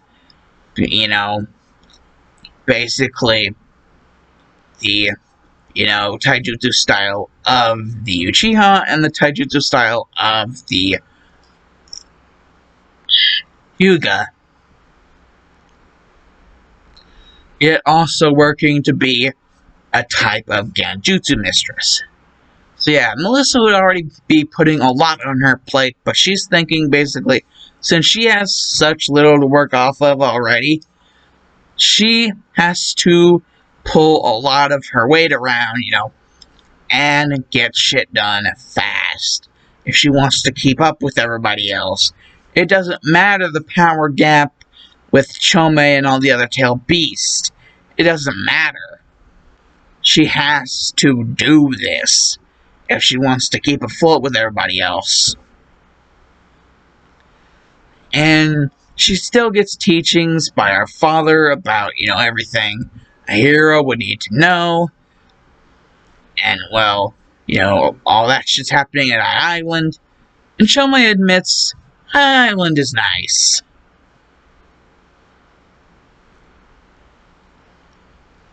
And so, yeah.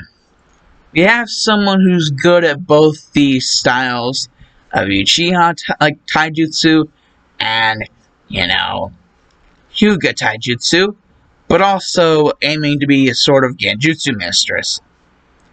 And then we have another someone who is aiming for, like, Kenjutsu prowess, but also good prowess with other ninja weapons. Like, all sorts of ninja weapons. Even possibly, like, the trench knives that Asuma used in, like, the whole Hidan thing. You know, Naruto Shippuden. Even possibly those things. Like Fuma Shuriken, and all sorts of weapons, basically. Senbone, and like, just basically almost pretty much anything that she can get her freaking hands on. And, well, don't just think the Biju reincarnated. Even the 7, like, swords of the Hidden Mist would freaking reincarnate. So, you'd have, like, all sorts of different shit going on. And because of the Biju's power, basically, Chome would be able to help Melissa with something. Basically, tell Melissa about a certain thing, and basically, not long after that, Momo would get a call from Melissa about a certain something that she found due to help from Chome, and basically she is going to, you know, ship it over to the residence of her family, but it's basically going to be said that it is specifically for Momo, since she is basically made herself the Kenjutsu mistress. And what exactly this is, well, is indeed something quite fierce. Because, oh my god,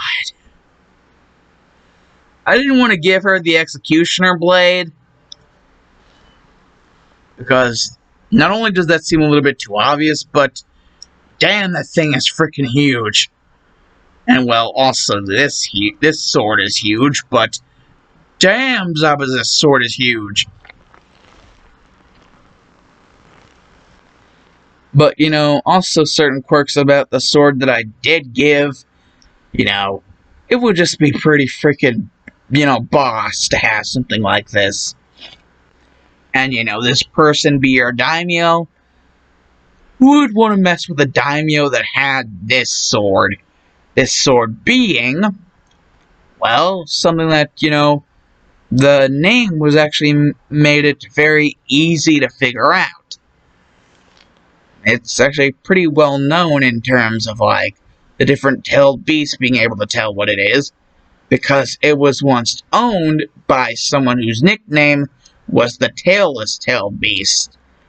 Yes, that's right. The freaking... Yeah, that's right. Samehada. Basically, yeah. I mean, she has the 2 tails. I think she can wield Samehada just fine. Eventually, at least.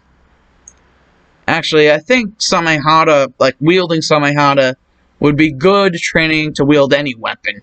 Like, if you could wield Samehada, like, at an expert level, like, beyond that, I'm pretty sure you can wield any weapon pretty damn good. So, yeah, Momo's gonna have Samehada with her. You know, classifying it as a support item. Yes, that's right. She's gonna take Samehada with her wherever she needs to go whenever concerning UA. Classifying it as a support item. And this would indeed allow her to take Samehada with her. Basically anywhere. And she would know that, just like how Kasame says, it doesn't cut, it shreds. And you know that Samehada eats chakra. So basically, chakra attacks against Momo are going to be pretty much useless because of Samehada.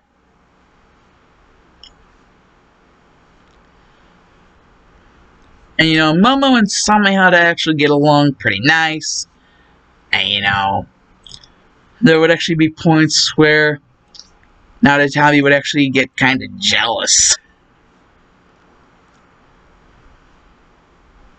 You know, it'd be like, ooh, someone's jealous. And, you know, Narutabi would be like, never pay attention to me anymore.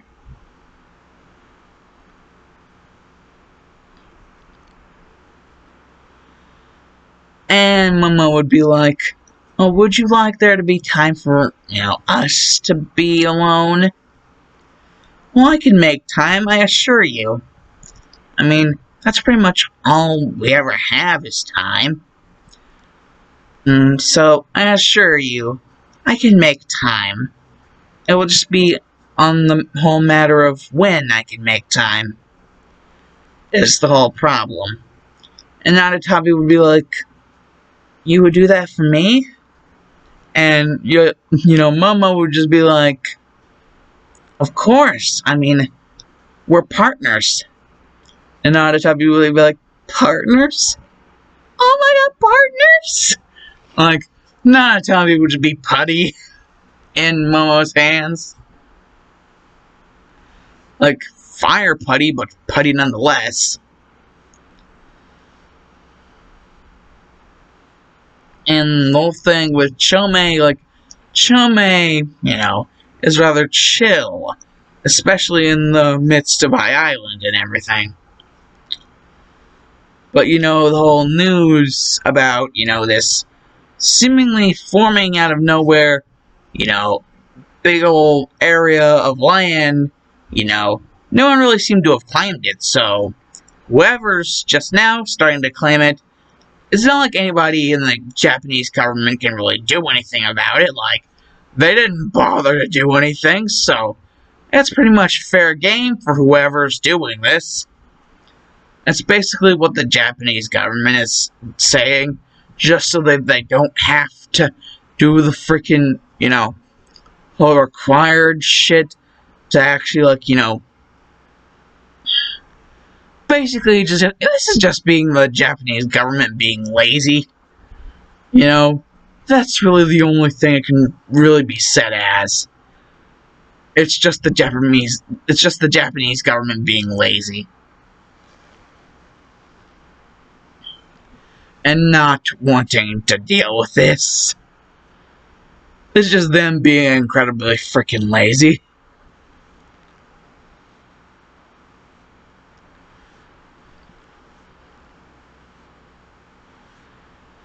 And so basically, you know, Izuku's village and entire land is kind of able to just prosper without much, you know, human maintenance really being needed to be done. Well, the only human maintenance really being that of shadow clones that Izuku created, and basically telling them to only, you know, poof to, like, report back, you know, whenever, you know, certain specific improvements were made, you know, actual significant ones. Because the moment they poofed back, they would get, like, Izuku would get all the knowledge.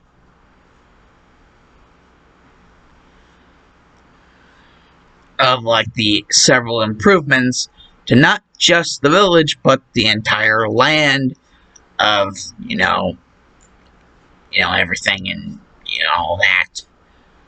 And, you know, not just that the village was being worked on, but, you know, to Momo's surprise, Izuku would even mention, you know, the shadow clones, they're even working on, you know, some sort of place for you to stay whenever you get involved in this.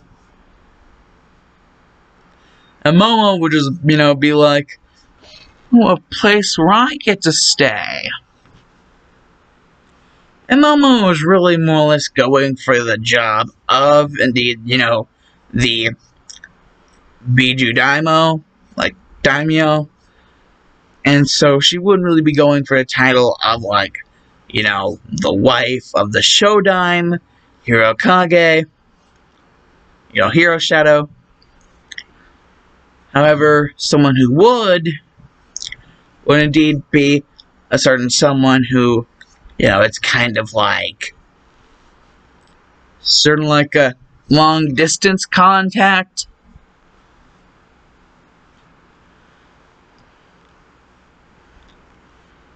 Basically, as in long distance, basically, Melissa would be the one. Yes, that's right. A ship that I've never done before. Izuku X Melissa. And Melissa here will indeed be the wife of the Shodime Hirokage. Izuku, whenever he actually gets to have all that done, and eventually truly become the Shodime, Hirokage. And, basically have everything announced about the existence of the village entirely, and what exactly it's there for, and what exactly is going to be going on, and not just the village, but the entire land, in general, like Biju country, basically. And the village inside Biju country being known as, well, Hirogakure, or, the Hidden Hero Village. And this is basically Hirogakure.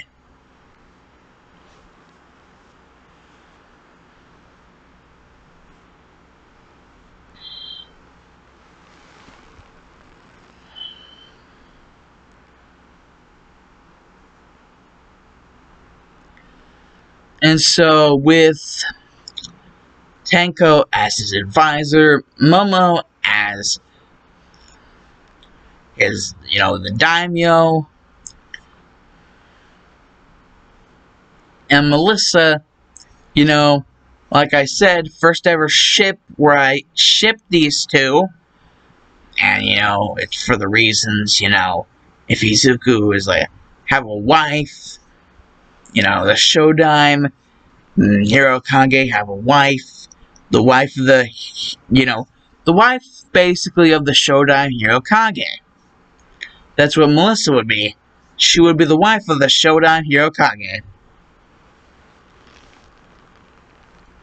And the Shodime Hirokage would be Izuku. But that stuff hasn't happened yet. Basically, the bigger, more explosive, like, big old news hasn't happened yet. They're still building from the ground up. And, Tenko also having huge chakra reserves due to the Biju, Shukaku being there, would indeed use some of his earth style, and, mixed with wind style to create that magnet release to, use sandstone and, have it collaborate with wood to make stronger structures. Like, the wood's strong enough on its own, but, like, if you combine it with sandstone, it makes it even stronger, like stronger walls, stronger houses, stronger buildings in general. So yes, it's a mix of wood and sandstone. But this is like sandstone from like chakra of the One Tails Jinchuriki, and this is wood of like Hashirama level. So yeah, this isn't weak sauce shit. This is epic level shit. Plus, like, all the outer defense, like the shit actually around the island, would make it hard for anybody who wasn't wanted to actually get through. So yeah, can't exactly tell why, and you know why? Simple. Water style. Water wall. All around the entire freaking nation. Like, yeah, freaking Biju country is like the biggest version of the water style water wall Izuku could make, like proportionate to that of the island. You just made a big old water wall.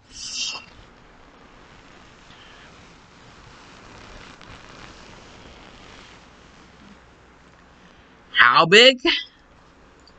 Let's say the water wall is at least big, like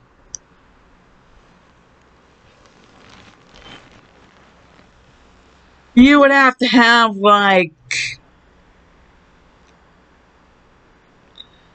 frickin' blackbirds, like frickin' fighter jets and airplanes up in there to actually be able to get a bird's eye view of the place, or a view at all.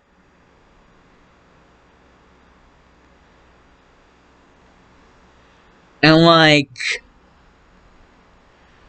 you know, the water wall basically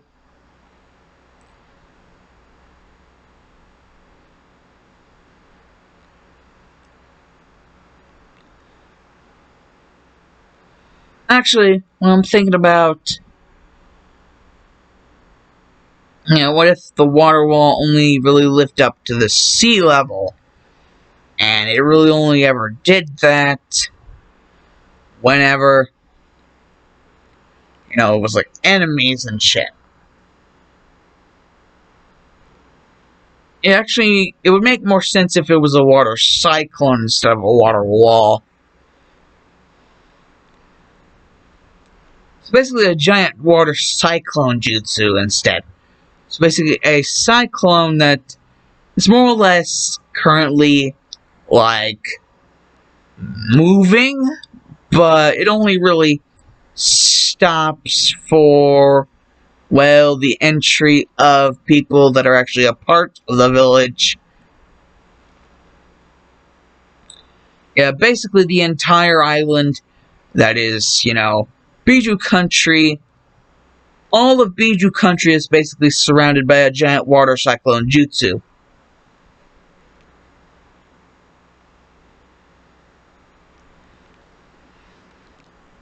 All of the entire island is surrounded by a water cyclone jutsu. A giant ass one.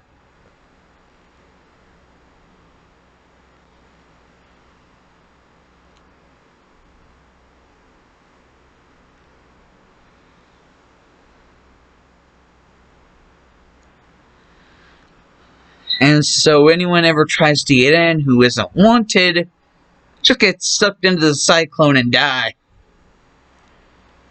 Yeah, basically all over the news, not only is there like a new big old giant area, but there is a giant cyclone surrounding it, basically keeping people from barging in unwanted. And so only people that are like parachuting in through like airplanes and fighter jets. But they would run into a mean old surprise. Basically the fact that the only people like current would be Izuku's shadow clones. And I'm not exactly sure about you, but I don't think the pro heroes know how to combat shadow clones of Izuku's caliber. Because of all the shit Izuku can do, all of his shadow clones can do. And so the heroes wouldn't even be able to touch him like any of his shadow clones. Yeah, basically the shadow clones are the only ones really there at the moment. Like, in all of the country, not just the village, but all of the country.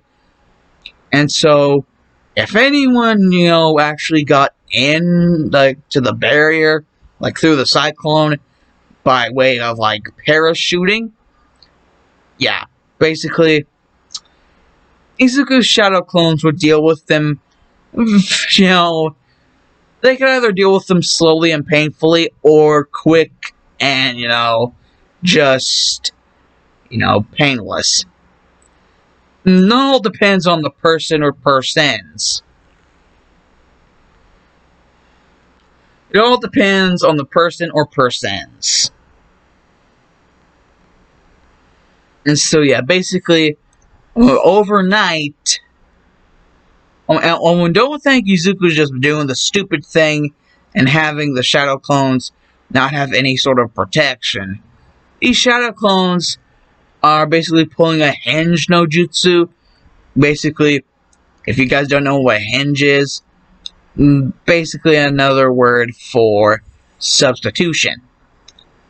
Yeah, so basically, they don't even look like they have a freaking face. Faceless freaking shadow clones. And like, all the other features would be able to tell you who this was. Basically, like, no, like, recognizable features.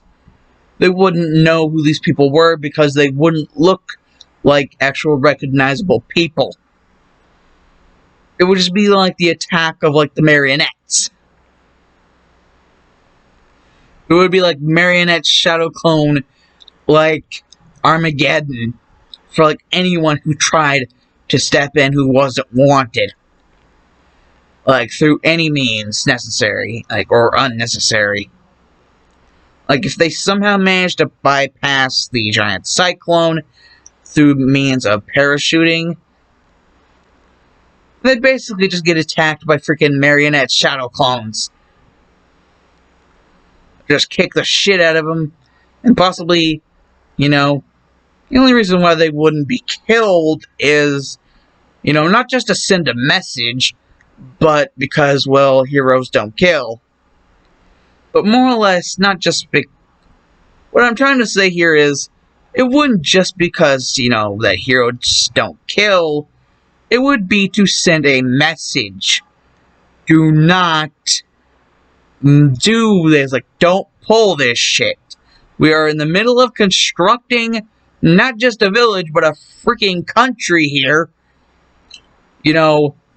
Do not interrupt. If the giant-ass freaking cyclone isn't a clue enough, we don't want you guys as company. We don't need extra unwanted company. So, GTFO or pay the price. Yeah, basically, Izuku exclaiming without even having to say it himself, just don't even dare, or else you're gonna pay the price. If the cyclone doesn't kill you, then the shadow clones will indeed beat you in the inch of your freaking life. Like, how much of an inch of your life they will beat you in regards to how much of an actual decent human being you are. So, it's a good thing Endeavor doesn't actually try that. Because if he did, oh my god, there would be big news about the assassination of Endeavor. Because Izuku isn't stupid. He knows about this shit. He can sense intentions because of the Nine Tails power. He knows this shit. He knows Endeavor's deal. If Endeavor ever even tried, he would get freaking destroyed by the Shadow Clones. And they're like hinged. They have like a hinge jutsu on, so nobody even freaking knows what they look like, actually. They're literally like freaking marionette Shadow Clones. And that's horrifying. Because they aren't just marionette Shadow Clones, they're marionette Shadow Clones that will beat you in the inch of your life. And how much they'll beat you in the inch of your life all depends on how much of a decent human being you are. And that is freaking scary. Yeah, so safe to say, however long any of this shit takes, yeah, basically, whole deal, yeah. Anyways, Alan's gonna Delphus because the Dark Shadow Maverick is OUT out of here. Hey boys, like, favorite, subscribe, click the little bell. It's in the comments section. Anyways, I'm betting you guys are probably realizing that we never like covered the actual like full thing with the actual first day of, UA High. That's because I was just like way too excited to, splurge out all this information. The more and more I was talking about it, the more and more excited I got to unveil all this shit. This is what happens when you allow me to have so much freedom and happiness. I don't stop. Especially with a concept like this. Izuku actually making his own village. And becoming the shodime herokage.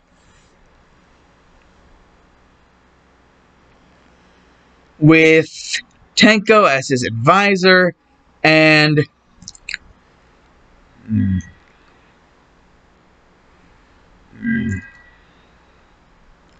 Momo as his Biju Daimyo. And, seeing as I am making them a ship, his future, not just love interest, but wife, Melissa. Bye, bitches.